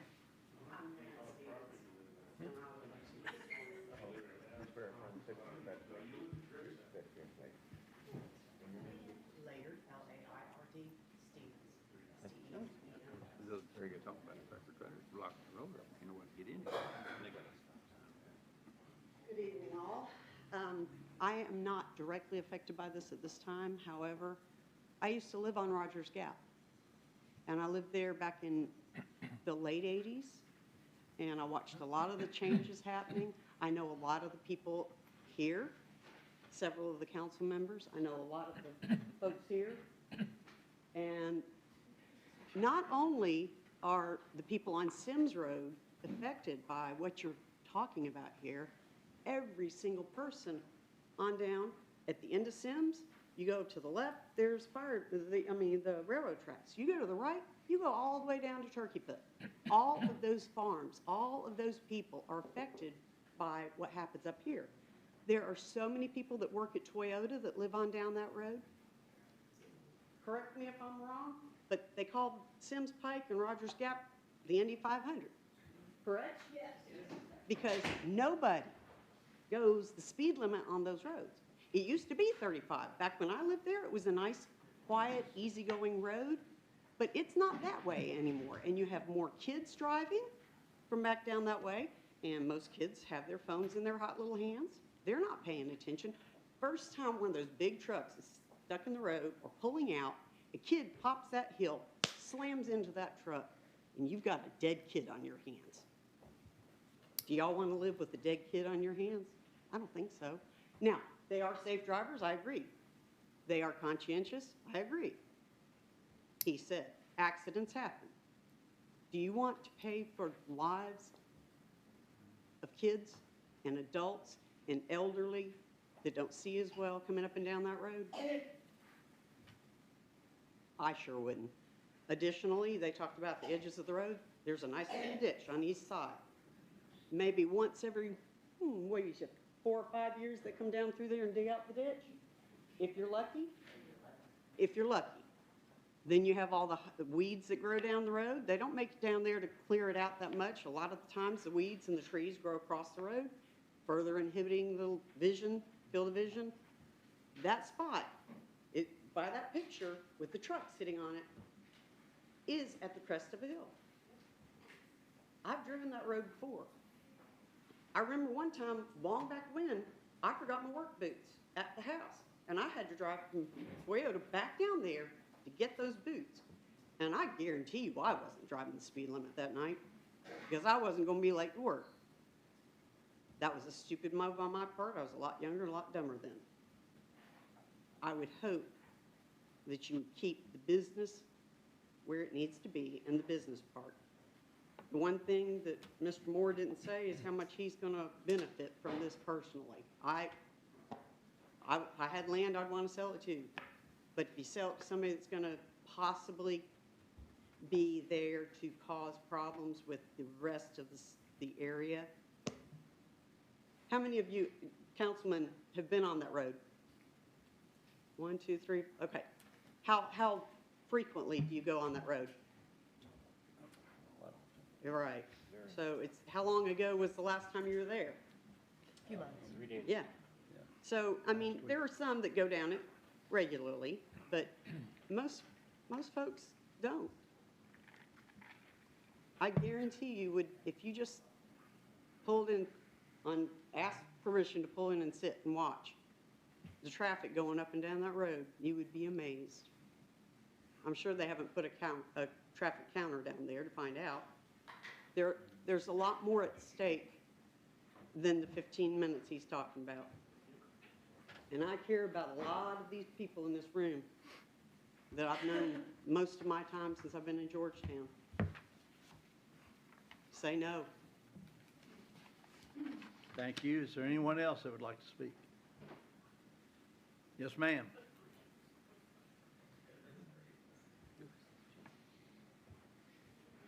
I didn't get to sign in. My name's Belinda Brown. I live at 549 Sims Pike. We have 32 acres, my sister and I do. Oh, I'm sorry. Do you swear affirm the statement you're about to make to be the truth, the best of your own special belief? Yes. Thank you. And your name again, please? Belinda Brown. Thank you. I currently, live on a farm with my 3 children, and we have small children there. We have an older one. I have one that's going to start driving, and this is a little concerning about the driving on the road. You can't really, you can tell teenagers all you want to, but and try to teach them the best you can. Another thing that concerns me is the buses. I know with my elementary school kid from Northern, they had to adjust the routes because they kept getting trapped by the train. So that meant he had to stand out there in rain, in snow, in cold weather because the bus would be 30, 40 minutes late. And this is the same situation. Now they're coming from the opposite direction, from Cherry Blossom, to pick up kids down that route so they can avoid the train. But if they get trapped on that end, and I have to leave early to be at the hospital to go to work, and I'm trusting that, you know, the bus is going to be there on time, and I try to keep in contact. We do work, all of us. I'm concerned about my kid having to stand out there, you know, in the weather, in the rain. We live off the road. We have a long driveway that he has to, we have, like I said, we have 32 acres. So he doesn't want to go back to the house because if the bus comes, you know, he's going to miss it. And then he's going to be home by himself. So he's going to miss school. So that's another concern I have. You know, like I said, it's not this gentleman's problem. You know, I understand he's got a business to run, but we also have kids that we have to be concerned about. I have personally met trucks coming on that road and has been scared to death. I don't allow my children to even check the mailbox across the road because of the traffic, because of the trucks. We have a gate in a fenced-in yard, but we've had recently, our pup got out. She got hit because of the hills, and they could not see anybody in the road. I mean, that's a lot of money that we've had to put out because of it. But it's my son was opening the gate, and she got out. She's a Great Pyrenees. We have her for protection for our farm animals. But again, it's the traffic. It's the big trucks that have been coming down through there. It's a concern. I'm just worried about the kids and the traffic, that's all. Thank you. Thank you. Is there anyone else?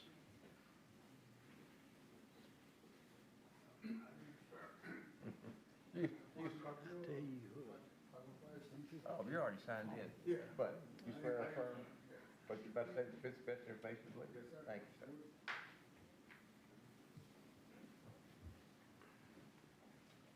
My name is Juan Carpio, also live on Sims Pike. Been there about 5 years now. Jerry, my sister-in-law also. My main concern is the traffic. When you go on Sims Pike, you really have to take a moment, look right, look at left, because you don't know who's going to come in, how fast they're going to drive. And that's the truth. It was 35, and now there's nobody observes that traffic limit or speed limit traffic on that traffic road. It should be better. Now, going during the day, sometimes when, like around 3 o'clock or 4 o'clock, you also see if you happen to have an emergency on that road. There's a fire truck and an ambulance going as fast as they can to reach out to whoever needs help at the house. Now, if the company goes there, that's going to cause issues. Besides the traffic that Toyota causes to everybody, that will cause for people that work at Toyota with all the traffic coming in. Also, what happens if you have so much traffic going and there is a crane truck that appears? That's going to cause problems. I also can tell you how scary it is when you get to the traffic light at Cherry Blossom with Sims Pike, and you have an 18-wheeler going just right next to you. How is it going to feel when you have a crane truck pulling right next to you? I don't know about you, but I'm already scared of just having 18-wheelers pulling right next to me. And you have to, if you're right next to the traffic light, you really have to hope and pray that they don't hit you. Because sometimes, even when you're approaching on Sims Pike to Cherry Blossom, you have a stop sign. This is someone trucking, I understand it. But on the other hand, sometimes they don't obey a stop sign. Now we're talking about entrance on Sims Pike. No matter how wide you made that road, a crane is a crane. A crane is gonna block the road. I don't care how wide you make that road. The crane in the end is gonna block that road. If you have an emergency, somebody's gonna die because of that. Now, I understand the gentleman wants to expand his business, but why Sims Pike? Sims Pike is a lot of people that own those farms. A lot of people were hard enough to acquire those places. I should believe that everybody should have the right to enjoy where they live. But if you have a crane company, besides the online company that is already there, they've been there for a long time, how much enjoyment are we gonna get thinking what's gonna happen when we're driving down the road and we see a crane? How is that gonna be? And in the long run, if there's an emergency, like the lady was saying here, you have a fire truck that is going to your house, even an ambulance, those minutes count. And you have a crane blocking the road, how is that gonna be? How is that gonna work? That person's gonna die. So I'll please plead with you to please do not approve this. Like the gentleman was saying, there is an industrial park on 62. There's plenty of space there. Luckily, the gentleman hasn't purchased the section yet, or the area. I understand, sir, you want to expand your business, but I pledge to you again, if you do not approve this, because in the long run, the consequences will be really dramatic. Thank you. Thank you.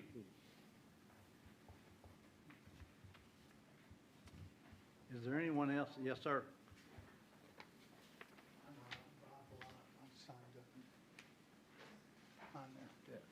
I'm just wanting to talk about the planning part of it. You are supposed to make comprehensive plan decisions for the future. What you're trying to do at this point, it looks like to me, is piecemeal stuff together. You're doing this, and then you're going to try to widen the road, and then you're going to do this. You need to be able to have the infrastructure in place before you decide to do stuff like this. But the other thing that doesn't make any sense to me at all is this mix mash of uses. You've got all these people that live down this street, this road, and then you're putting businesses in there, and a business like that, it makes no sense as far as the safety issue goes.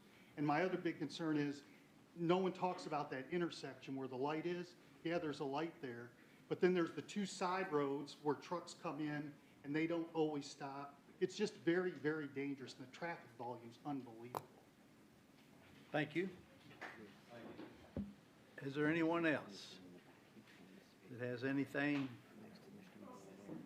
different? Yes, ma'am. My name is Julia Robertson. I own a business on Sims Pike, a small business. My concern would be the roads, the traffic. I watch every day big semis. I watched one last night going down Sims at a rapid pace. And there are a lot of hills. I've lost my mailbox more times than I can count, and it's not set right up on the road for that very reason, and yet I still lose it. I have no fence on the front of my property any longer, just a wood fence, because that was taken out too. I think that speaks to the traffic level on this road, and I also think it speaks to the fact that we are depending on planning to know what's going on that road, and we've also already alluded to the fact who's going to be the gatekeeper. There's clearly not a gatekeeper right now. Nobody's adhering to the speed limit, can promise you that. Every day, see it all day long. And it is like, with these ups and downs, and particularly where they're talking about putting this, there's a blind, like you're approaching it, and who's coming towards you, you can't see each other till you're at that top. And so I just see that complicating things. So this really comes down to a business is fine. I'm a business, that's great. But I think that it's whether this road can accommodate it, this specific business. So take that under consideration. Excuse me, your first name again?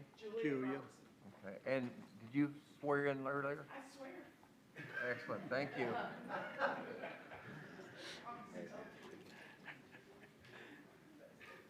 Anyone else? We could get it. Yes, sir. Mike Brown. I'm a resident of Sims Pike. I have multiple issues and concerns with this, especially the traffic. Sims Pike is a very dangerous road. I have 3 kids, and one of my concerns would be if there is a delay. Even, he says 15 minutes max, but even if, let's say 10 minutes, a 10-minute delay. Well, the bus window is 20 minutes. So our kids have to be out there from, 6:30 to 6:50. The bus is constantly running late, getting held up, anything between the trains and other traffic. So if he's out there from the beginning of the window to the end of the window and the bus is held up now because of a truck on the other end, that adds a 30-minute window. If it's 10 degrees outside, that's a long time for a young kid to stand out in the snow and freezing cold. And then another concern I have is with the end of the road, at the light. There's a light, a short section, and then Delaplane going off both ways, and Sims running north to south. If a crane pulls up there, I deal with them quite often, and they're approximately the same length as a semi. So we'll say 53 feet for just the box.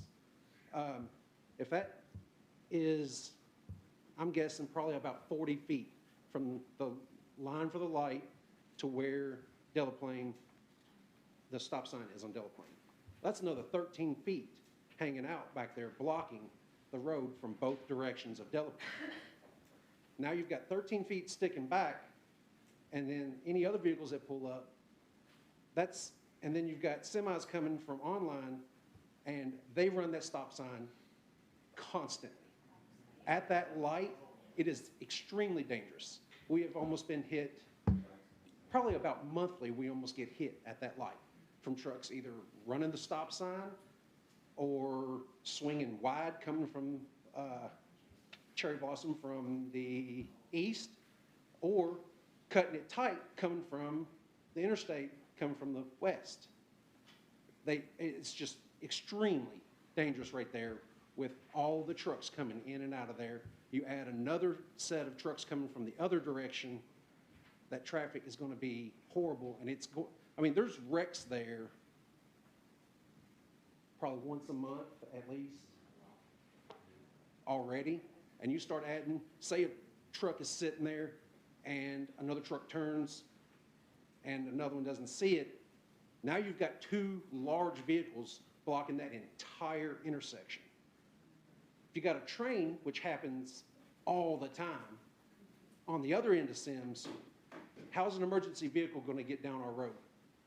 And they are down our road all the time because that is the only access that they use, the quickest and easiest access to get down into Turkey Foot, Rogers Gap, all that area, all down in there. Emergency vehicles are down Sims all the time. So now you've got it blocked one way from a wreck, trucks, whatever. Train has it blocked the other way. There's nothing that's going to be done for those people that need help in between there. The width of the road, I would bet money that most of it is not over 18 feet anywhere through there. I've almost been hit. I've had to drop off the road to avoid even large trucks, just passenger vehicles, much less the semis that get lost and come down in there because they miss the turn into online.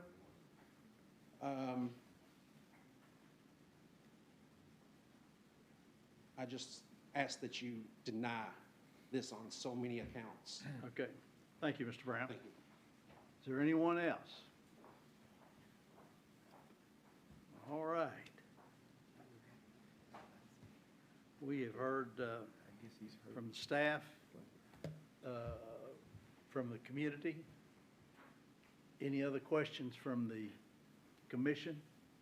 Can we have just a general discussion? Sure. Just a discussion. I keep going back to this because I think the gentleman that is very honorable has his business. I appreciate seeing that. and then the folks that own this property are very good people in this community. Our decision tonight does not affect the zoning of that property. There could be other things come there, so this is just about this specific project.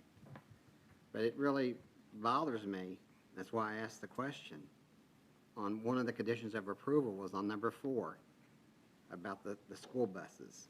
It's been stated here that, you know, there really isn't a gray area. There's no way to enforce that. So that's a big problem, and that is one of the conditions of approving this. So maybe somebody else heard it different, but I'm very concerned about that. It's my understanding maybe that the business operator, you didn't feel like you could comply with that going in, right? So you weren't even willing to say, yeah, I'll do it. It would be a lie. Yeah. There would be no way I could.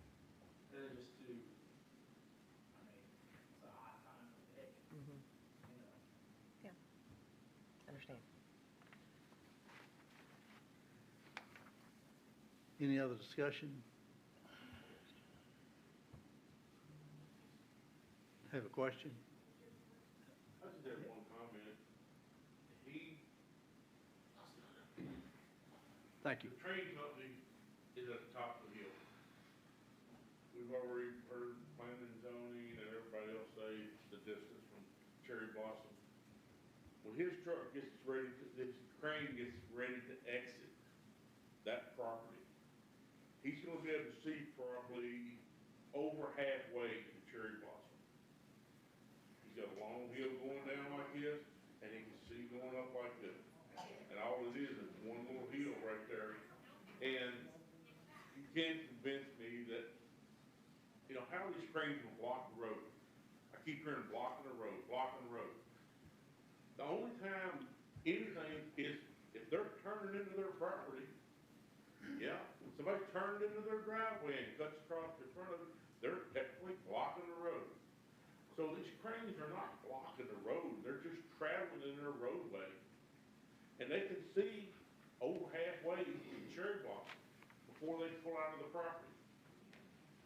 So blocking the road, you know, I don't understand all of this, and I just wanted to make that point that their line of sight when they pull up and look this way and look this way, their line of sight is more than halfway to Cherry Blossom.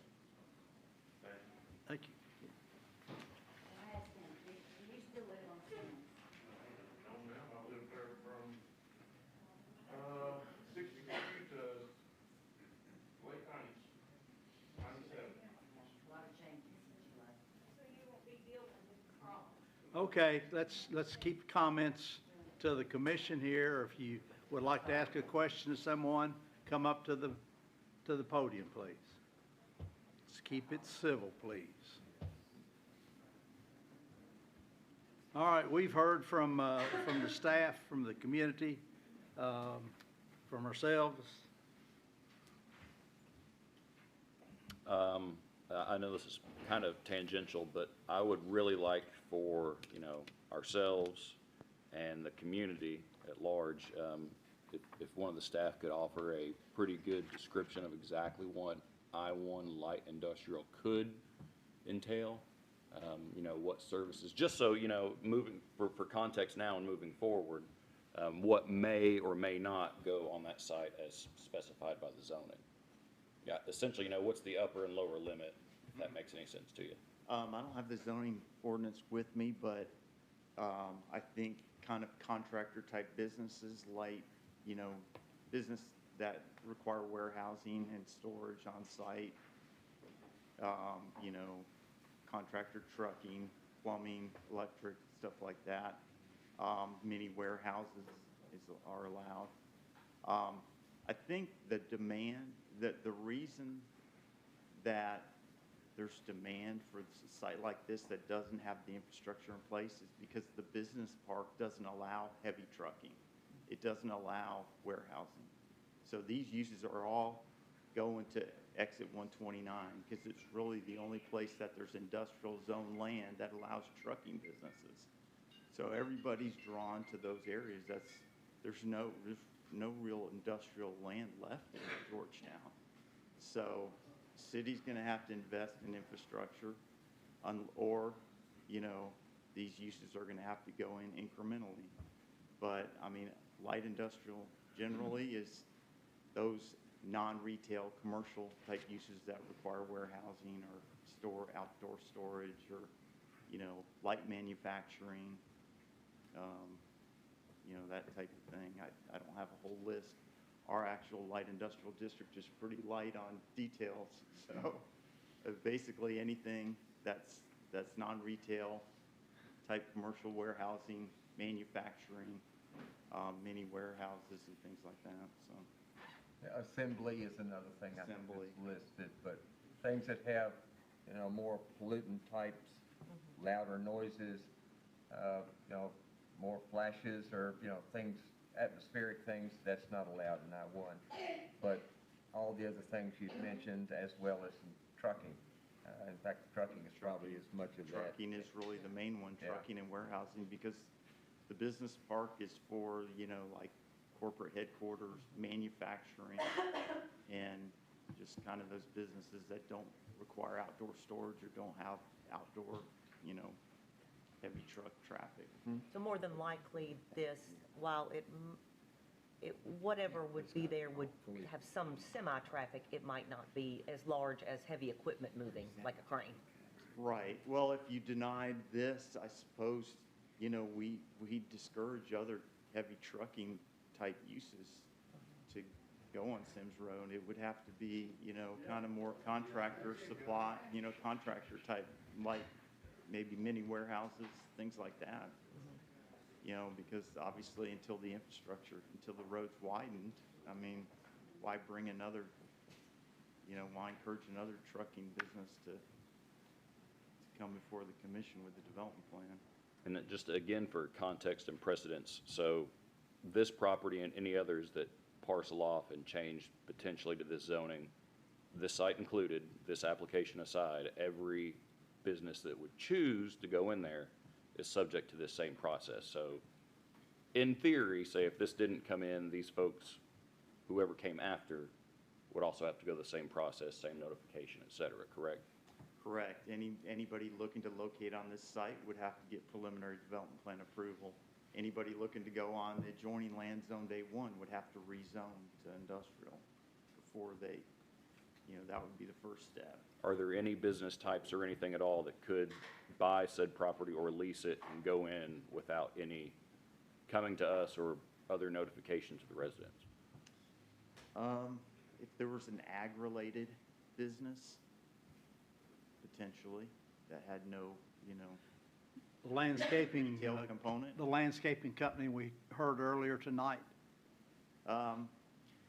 Potentially, but they would likely have to come back with a development plan. I mean, it would have to be a use that had no new structures. They were just, you It know. would have to be strictly ag-related. agriculture. It Yeah. could be heavy agriculture, but it had to be Yeah. strictly agriculture to avoid coming in here. But it's already been annexed at this point. Correct. So likely any new use would have to come with the development plan unless there were no new structures involved. And they wouldn't be able to do agriculture within the annexation, straight out agriculture. They Be ag could, business. they could It'd have to still. be ag yeah, business, yeah. if it's They over couldn't just 5 acres. operate a cattle farm.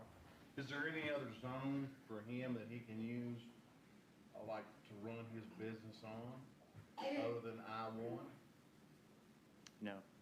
I-1's the only zoning that he has to have. I have to check B2. I mean, B2, he might be allowed as a conditional use. I'd have to double check that. But B2 we do is, allow, yeah, we would have to look at that, because it is a motor vehicle concentrated zone. It's also the oldest commercial zone we've got, so it's the least sophisticated zone we've got. But it's, all the older commercial areas is what B2 would be. You know, as far back as your Jerry's Restaurants, I mean, that's what B2 is. It's things that cater to the motoring public.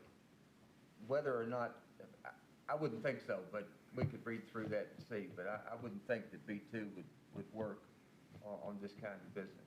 I don't know that you'd find much existing vacant B2 that would be suitable size and location-wise either, because most B2 would be kind of clustered where it was. That's right, it's highway commercial. Right, It runs yeah. down well, highways, I mean, there's basically. B2 on Champion Way, the Whitaker property right by the hotel, that's all B2, those are B2 lots, but Yeah, that's true. there's others.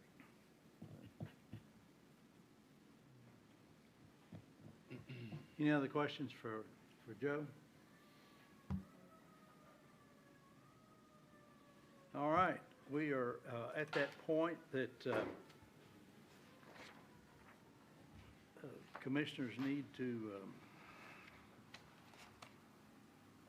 make a proposal one way or the other, or not. Should we close the, Pardon? close the public hearing? Do we? It's not a public It's hearing. not a Open public one. hearing. Since the zoning's already occurred, we're. Yeah. Oh, I messed up. Yeah. Thanks, Dan. I did.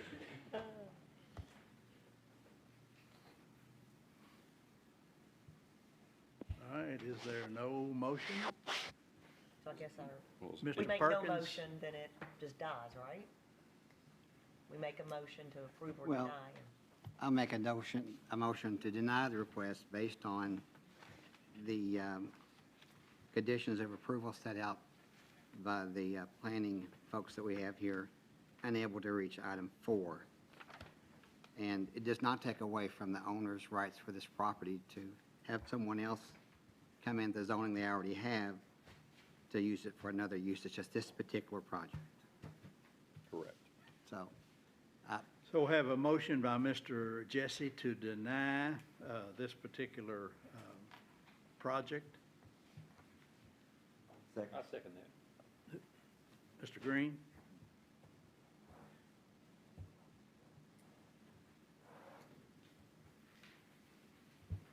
All right, we have a motion and a second to deny this application for PDP 2023-06.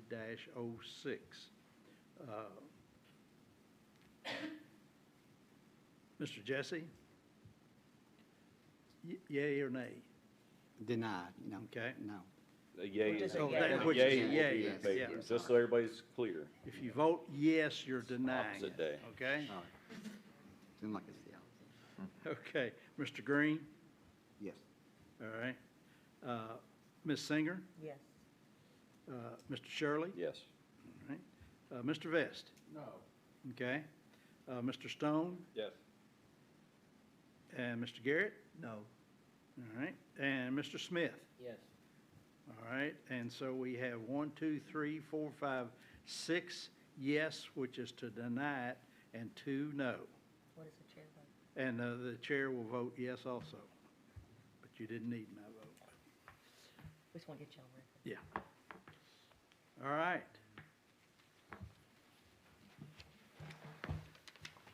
So that concludes that.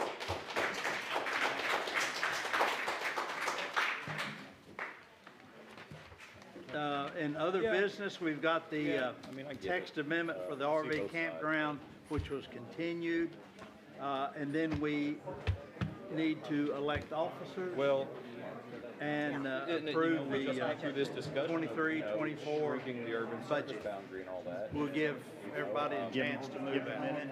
The comp plan is one thing, but again, it is the comp plan, but we also can't tell people, okay, when you're ready to move out, justify it.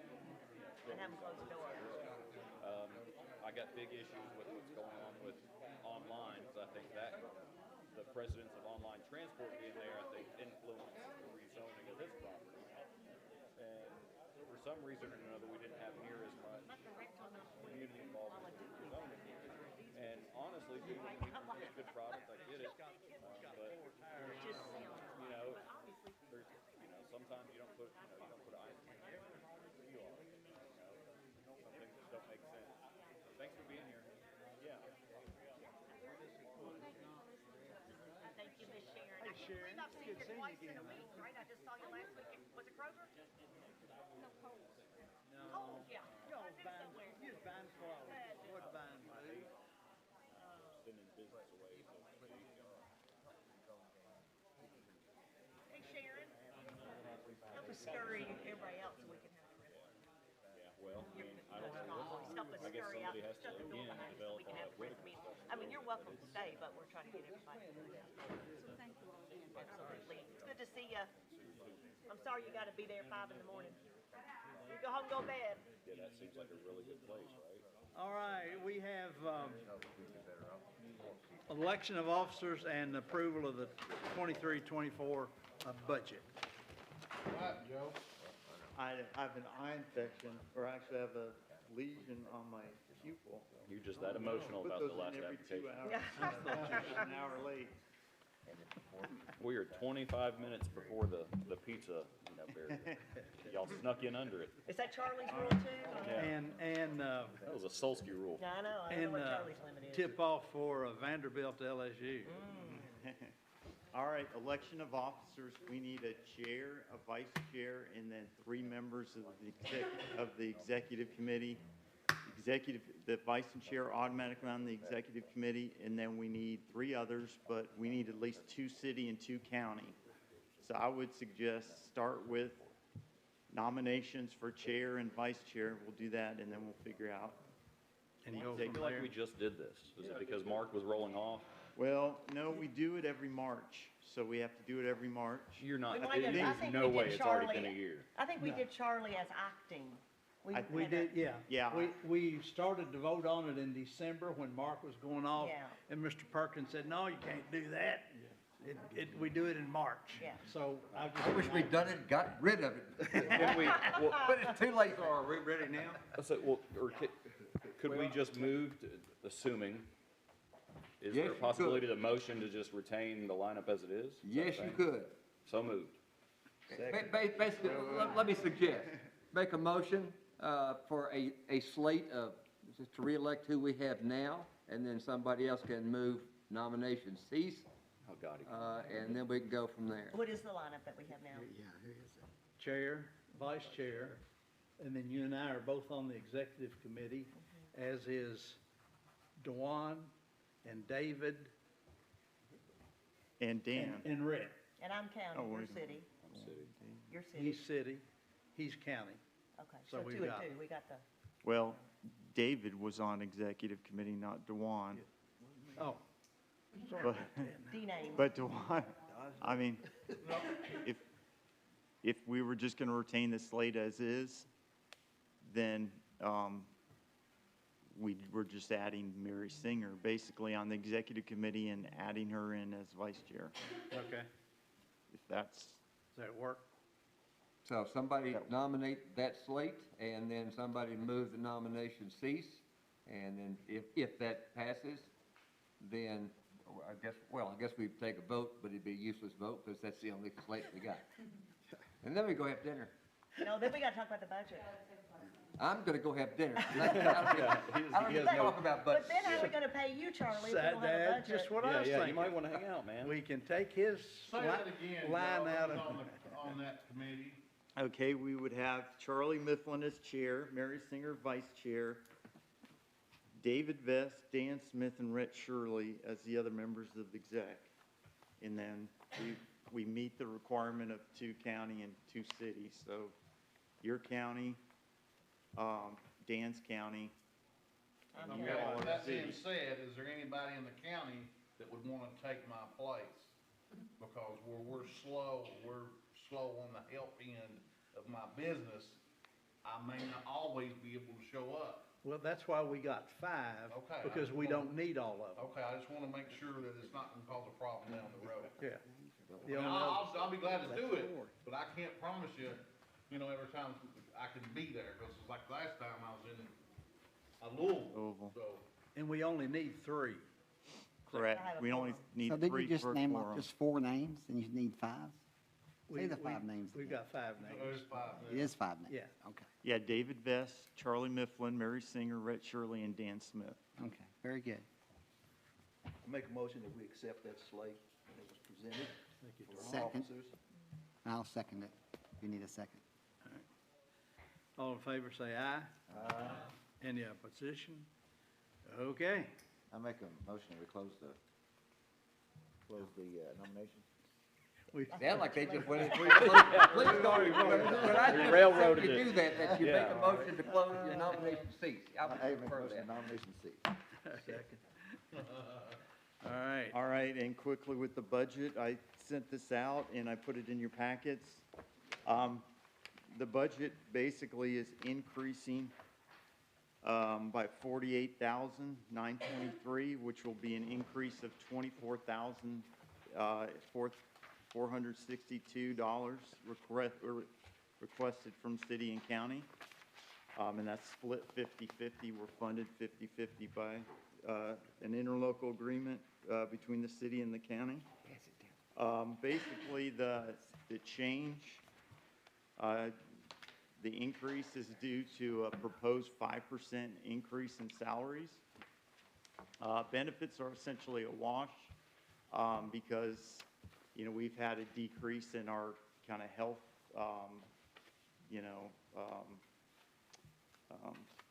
Subsidy. Healthcare costs due to change in personnel over time. I actually dropped my family coverage. My wife is carrying us through UK. So we've had some decrease in costs over the years. So that's actual numbers from last year carried forward with our actual kind of premium levels. So that was pretty much a wash, but the 5% increase in salaries, and I looked at, you know, what our salary increases have been over the last 4 years. We didn't get a raise in 20, first COVID year. We proposed a 3% raise, I think, and it was cut by the city just because of the uncertainty. The city ended up giving raises to city employees later in the year, I think, but we didn't get a raise that year. Then we got a 3% the following year, 5% last year. So 0, 3%, 5%, and I'm recommending a 5% this year, which will bring it up to like, I think, 3.2% over 4 years. Just the inflation rate, if you look at just inflation over the last 4 years, it averaged 4.1% over 4 years. So the last 3 years, inflation's been through the roof. So Based off the CPI? Yeah. So we're actually below the inflation rate, but I'm recommending 5% just to catch up. We actually have some surplus available, but don't tell the city and county that. But, so I'm recommending the 5%. I'm not sure what the city and the county are gonna do, but I think the city did 5% last year. I don't know if they'll follow suit. They did what last year, I'm sorry? I think they did 5% raises last year. We've got to present the budget to the county first, and if they approve it, then I present it to the city. City may cut something, then I'll have to go back to the county. So this is really a draft budget. I'm just getting your endorsement of so I can start the process. So 5% raises, and then a vehicle purchase are the two increases. We have 3 vehicles, 2 2015 vehicles, and a 2005. 2005 is really just, it's falling apart. And it's, you know, we just need to upgrade that one so we could get kind of caught up, get that one off our books. Is that one ultimately, goes through the surplus process? Do we have a surplus process, the county, the city? How's that handled? We don't have to do usually we auction it off. So when we've gotten rid of vehicles in the past, we've auctioned them off. Yeah. That would still take a blind surplus auction. vote here. Okay. When that comes. Yeah, we could probably Used trade vehicles it have in. a lot more value right now than they used to, so it would not be a bad thing to look at. You might be surprised. Trade-in value's like $2,500 on it. Okay. So, Joe, I have a question. What would be the necessary increase to get you all back to what it would have been? You said 5, you're still behind. What would it take? well, I mean, I'd have to look at the city and the county over the last 4 years to see what they did to get us up, if we're talking just getting us up to match what city county did, because that's usually our guideline, because we try to stay consistent, even though we're an independent agency. They both fund us, so we don't want to go above what they're doing because it comes back and fights us typically. Yeah. So we try to stay consistent with what they're doing. So I could look at that, but I know the county did a whole evaluation of their pay structure, whatever you call that process. They did a study of you know, their pay rates, to try and equalize it. So everybody got a big bump at the county level. The city hasn't done that, I don't think, so. But I could look. Yeah, I think I know you they got sell 5%. yourself short, I agree. just like when the county I agree. didn't give increases and then gave a bonus later in the year, and you all didn't get that. Yeah. No, you need to I put agree. that in here and get yourselves bumped up. I believe the level of work that y'all are doing, I'm still amazed that the 10 of you, the amount of work that you're doing. So I do think overall, because they're doing this, that they're calling it different grades, but how they're getting these bigger raises is they're bumping people up these grades. Mm-hmm. So I think it's definitely something that needs to be looked at, so. Is your salary structure graded? Do you have Is it grades? what? Your salary structure, do you have a structure? No, that's we don't graded? have a grade, but we have, job, basically we have levels Yeah. at the for planners. Right. And then GIS, there's just 3 job descriptions, so there's kind of 3 levels of planning. Engineering is just the the chief engineer and then the engineer techs. I think there's a senior engineer tech. But I think it would be So- very fair for the level and the quality of work that you all do to actually look at that, maybe go to more of a pay grade, because, I don't know, I feel like your pay needs to be looked at because of the level of work and also the expertise of it. It's not gonna get I mean- any lighter.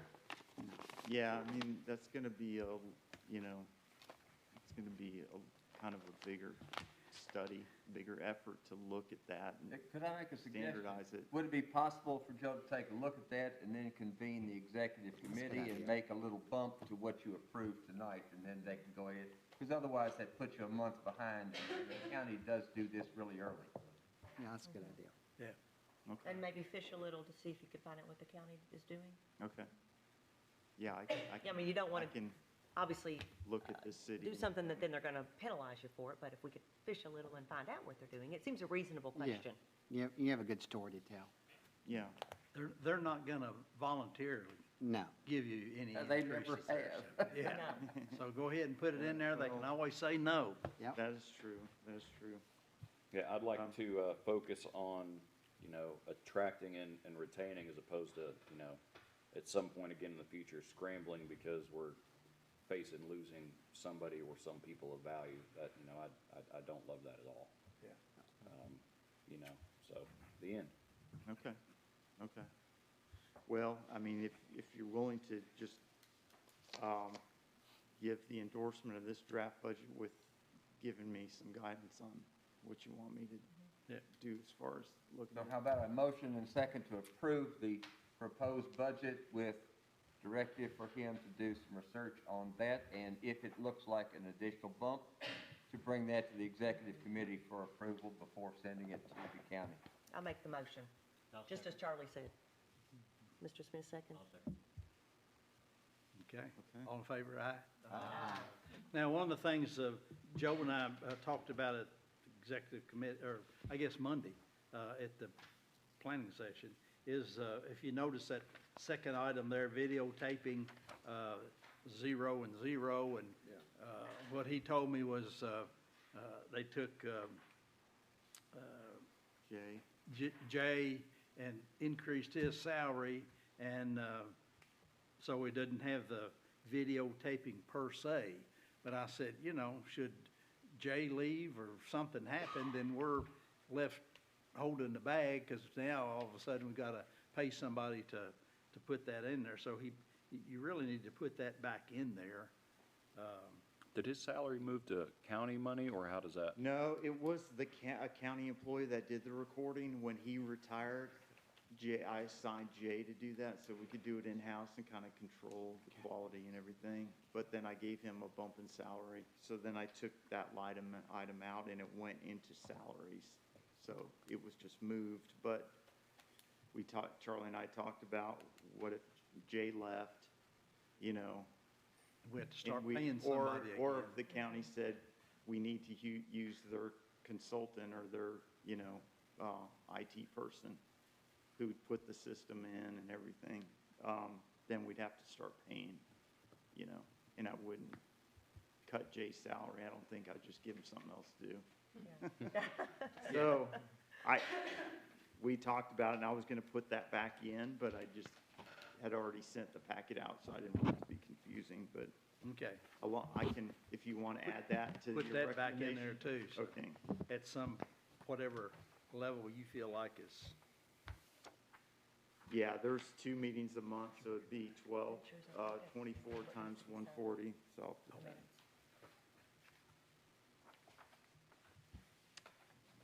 And then I'll take a motion in a, or did you already vote on that?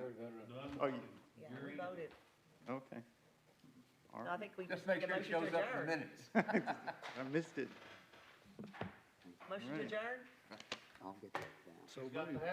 This was weird for you. Hammer. Do it. Yosh. Hey, Charlie, don't.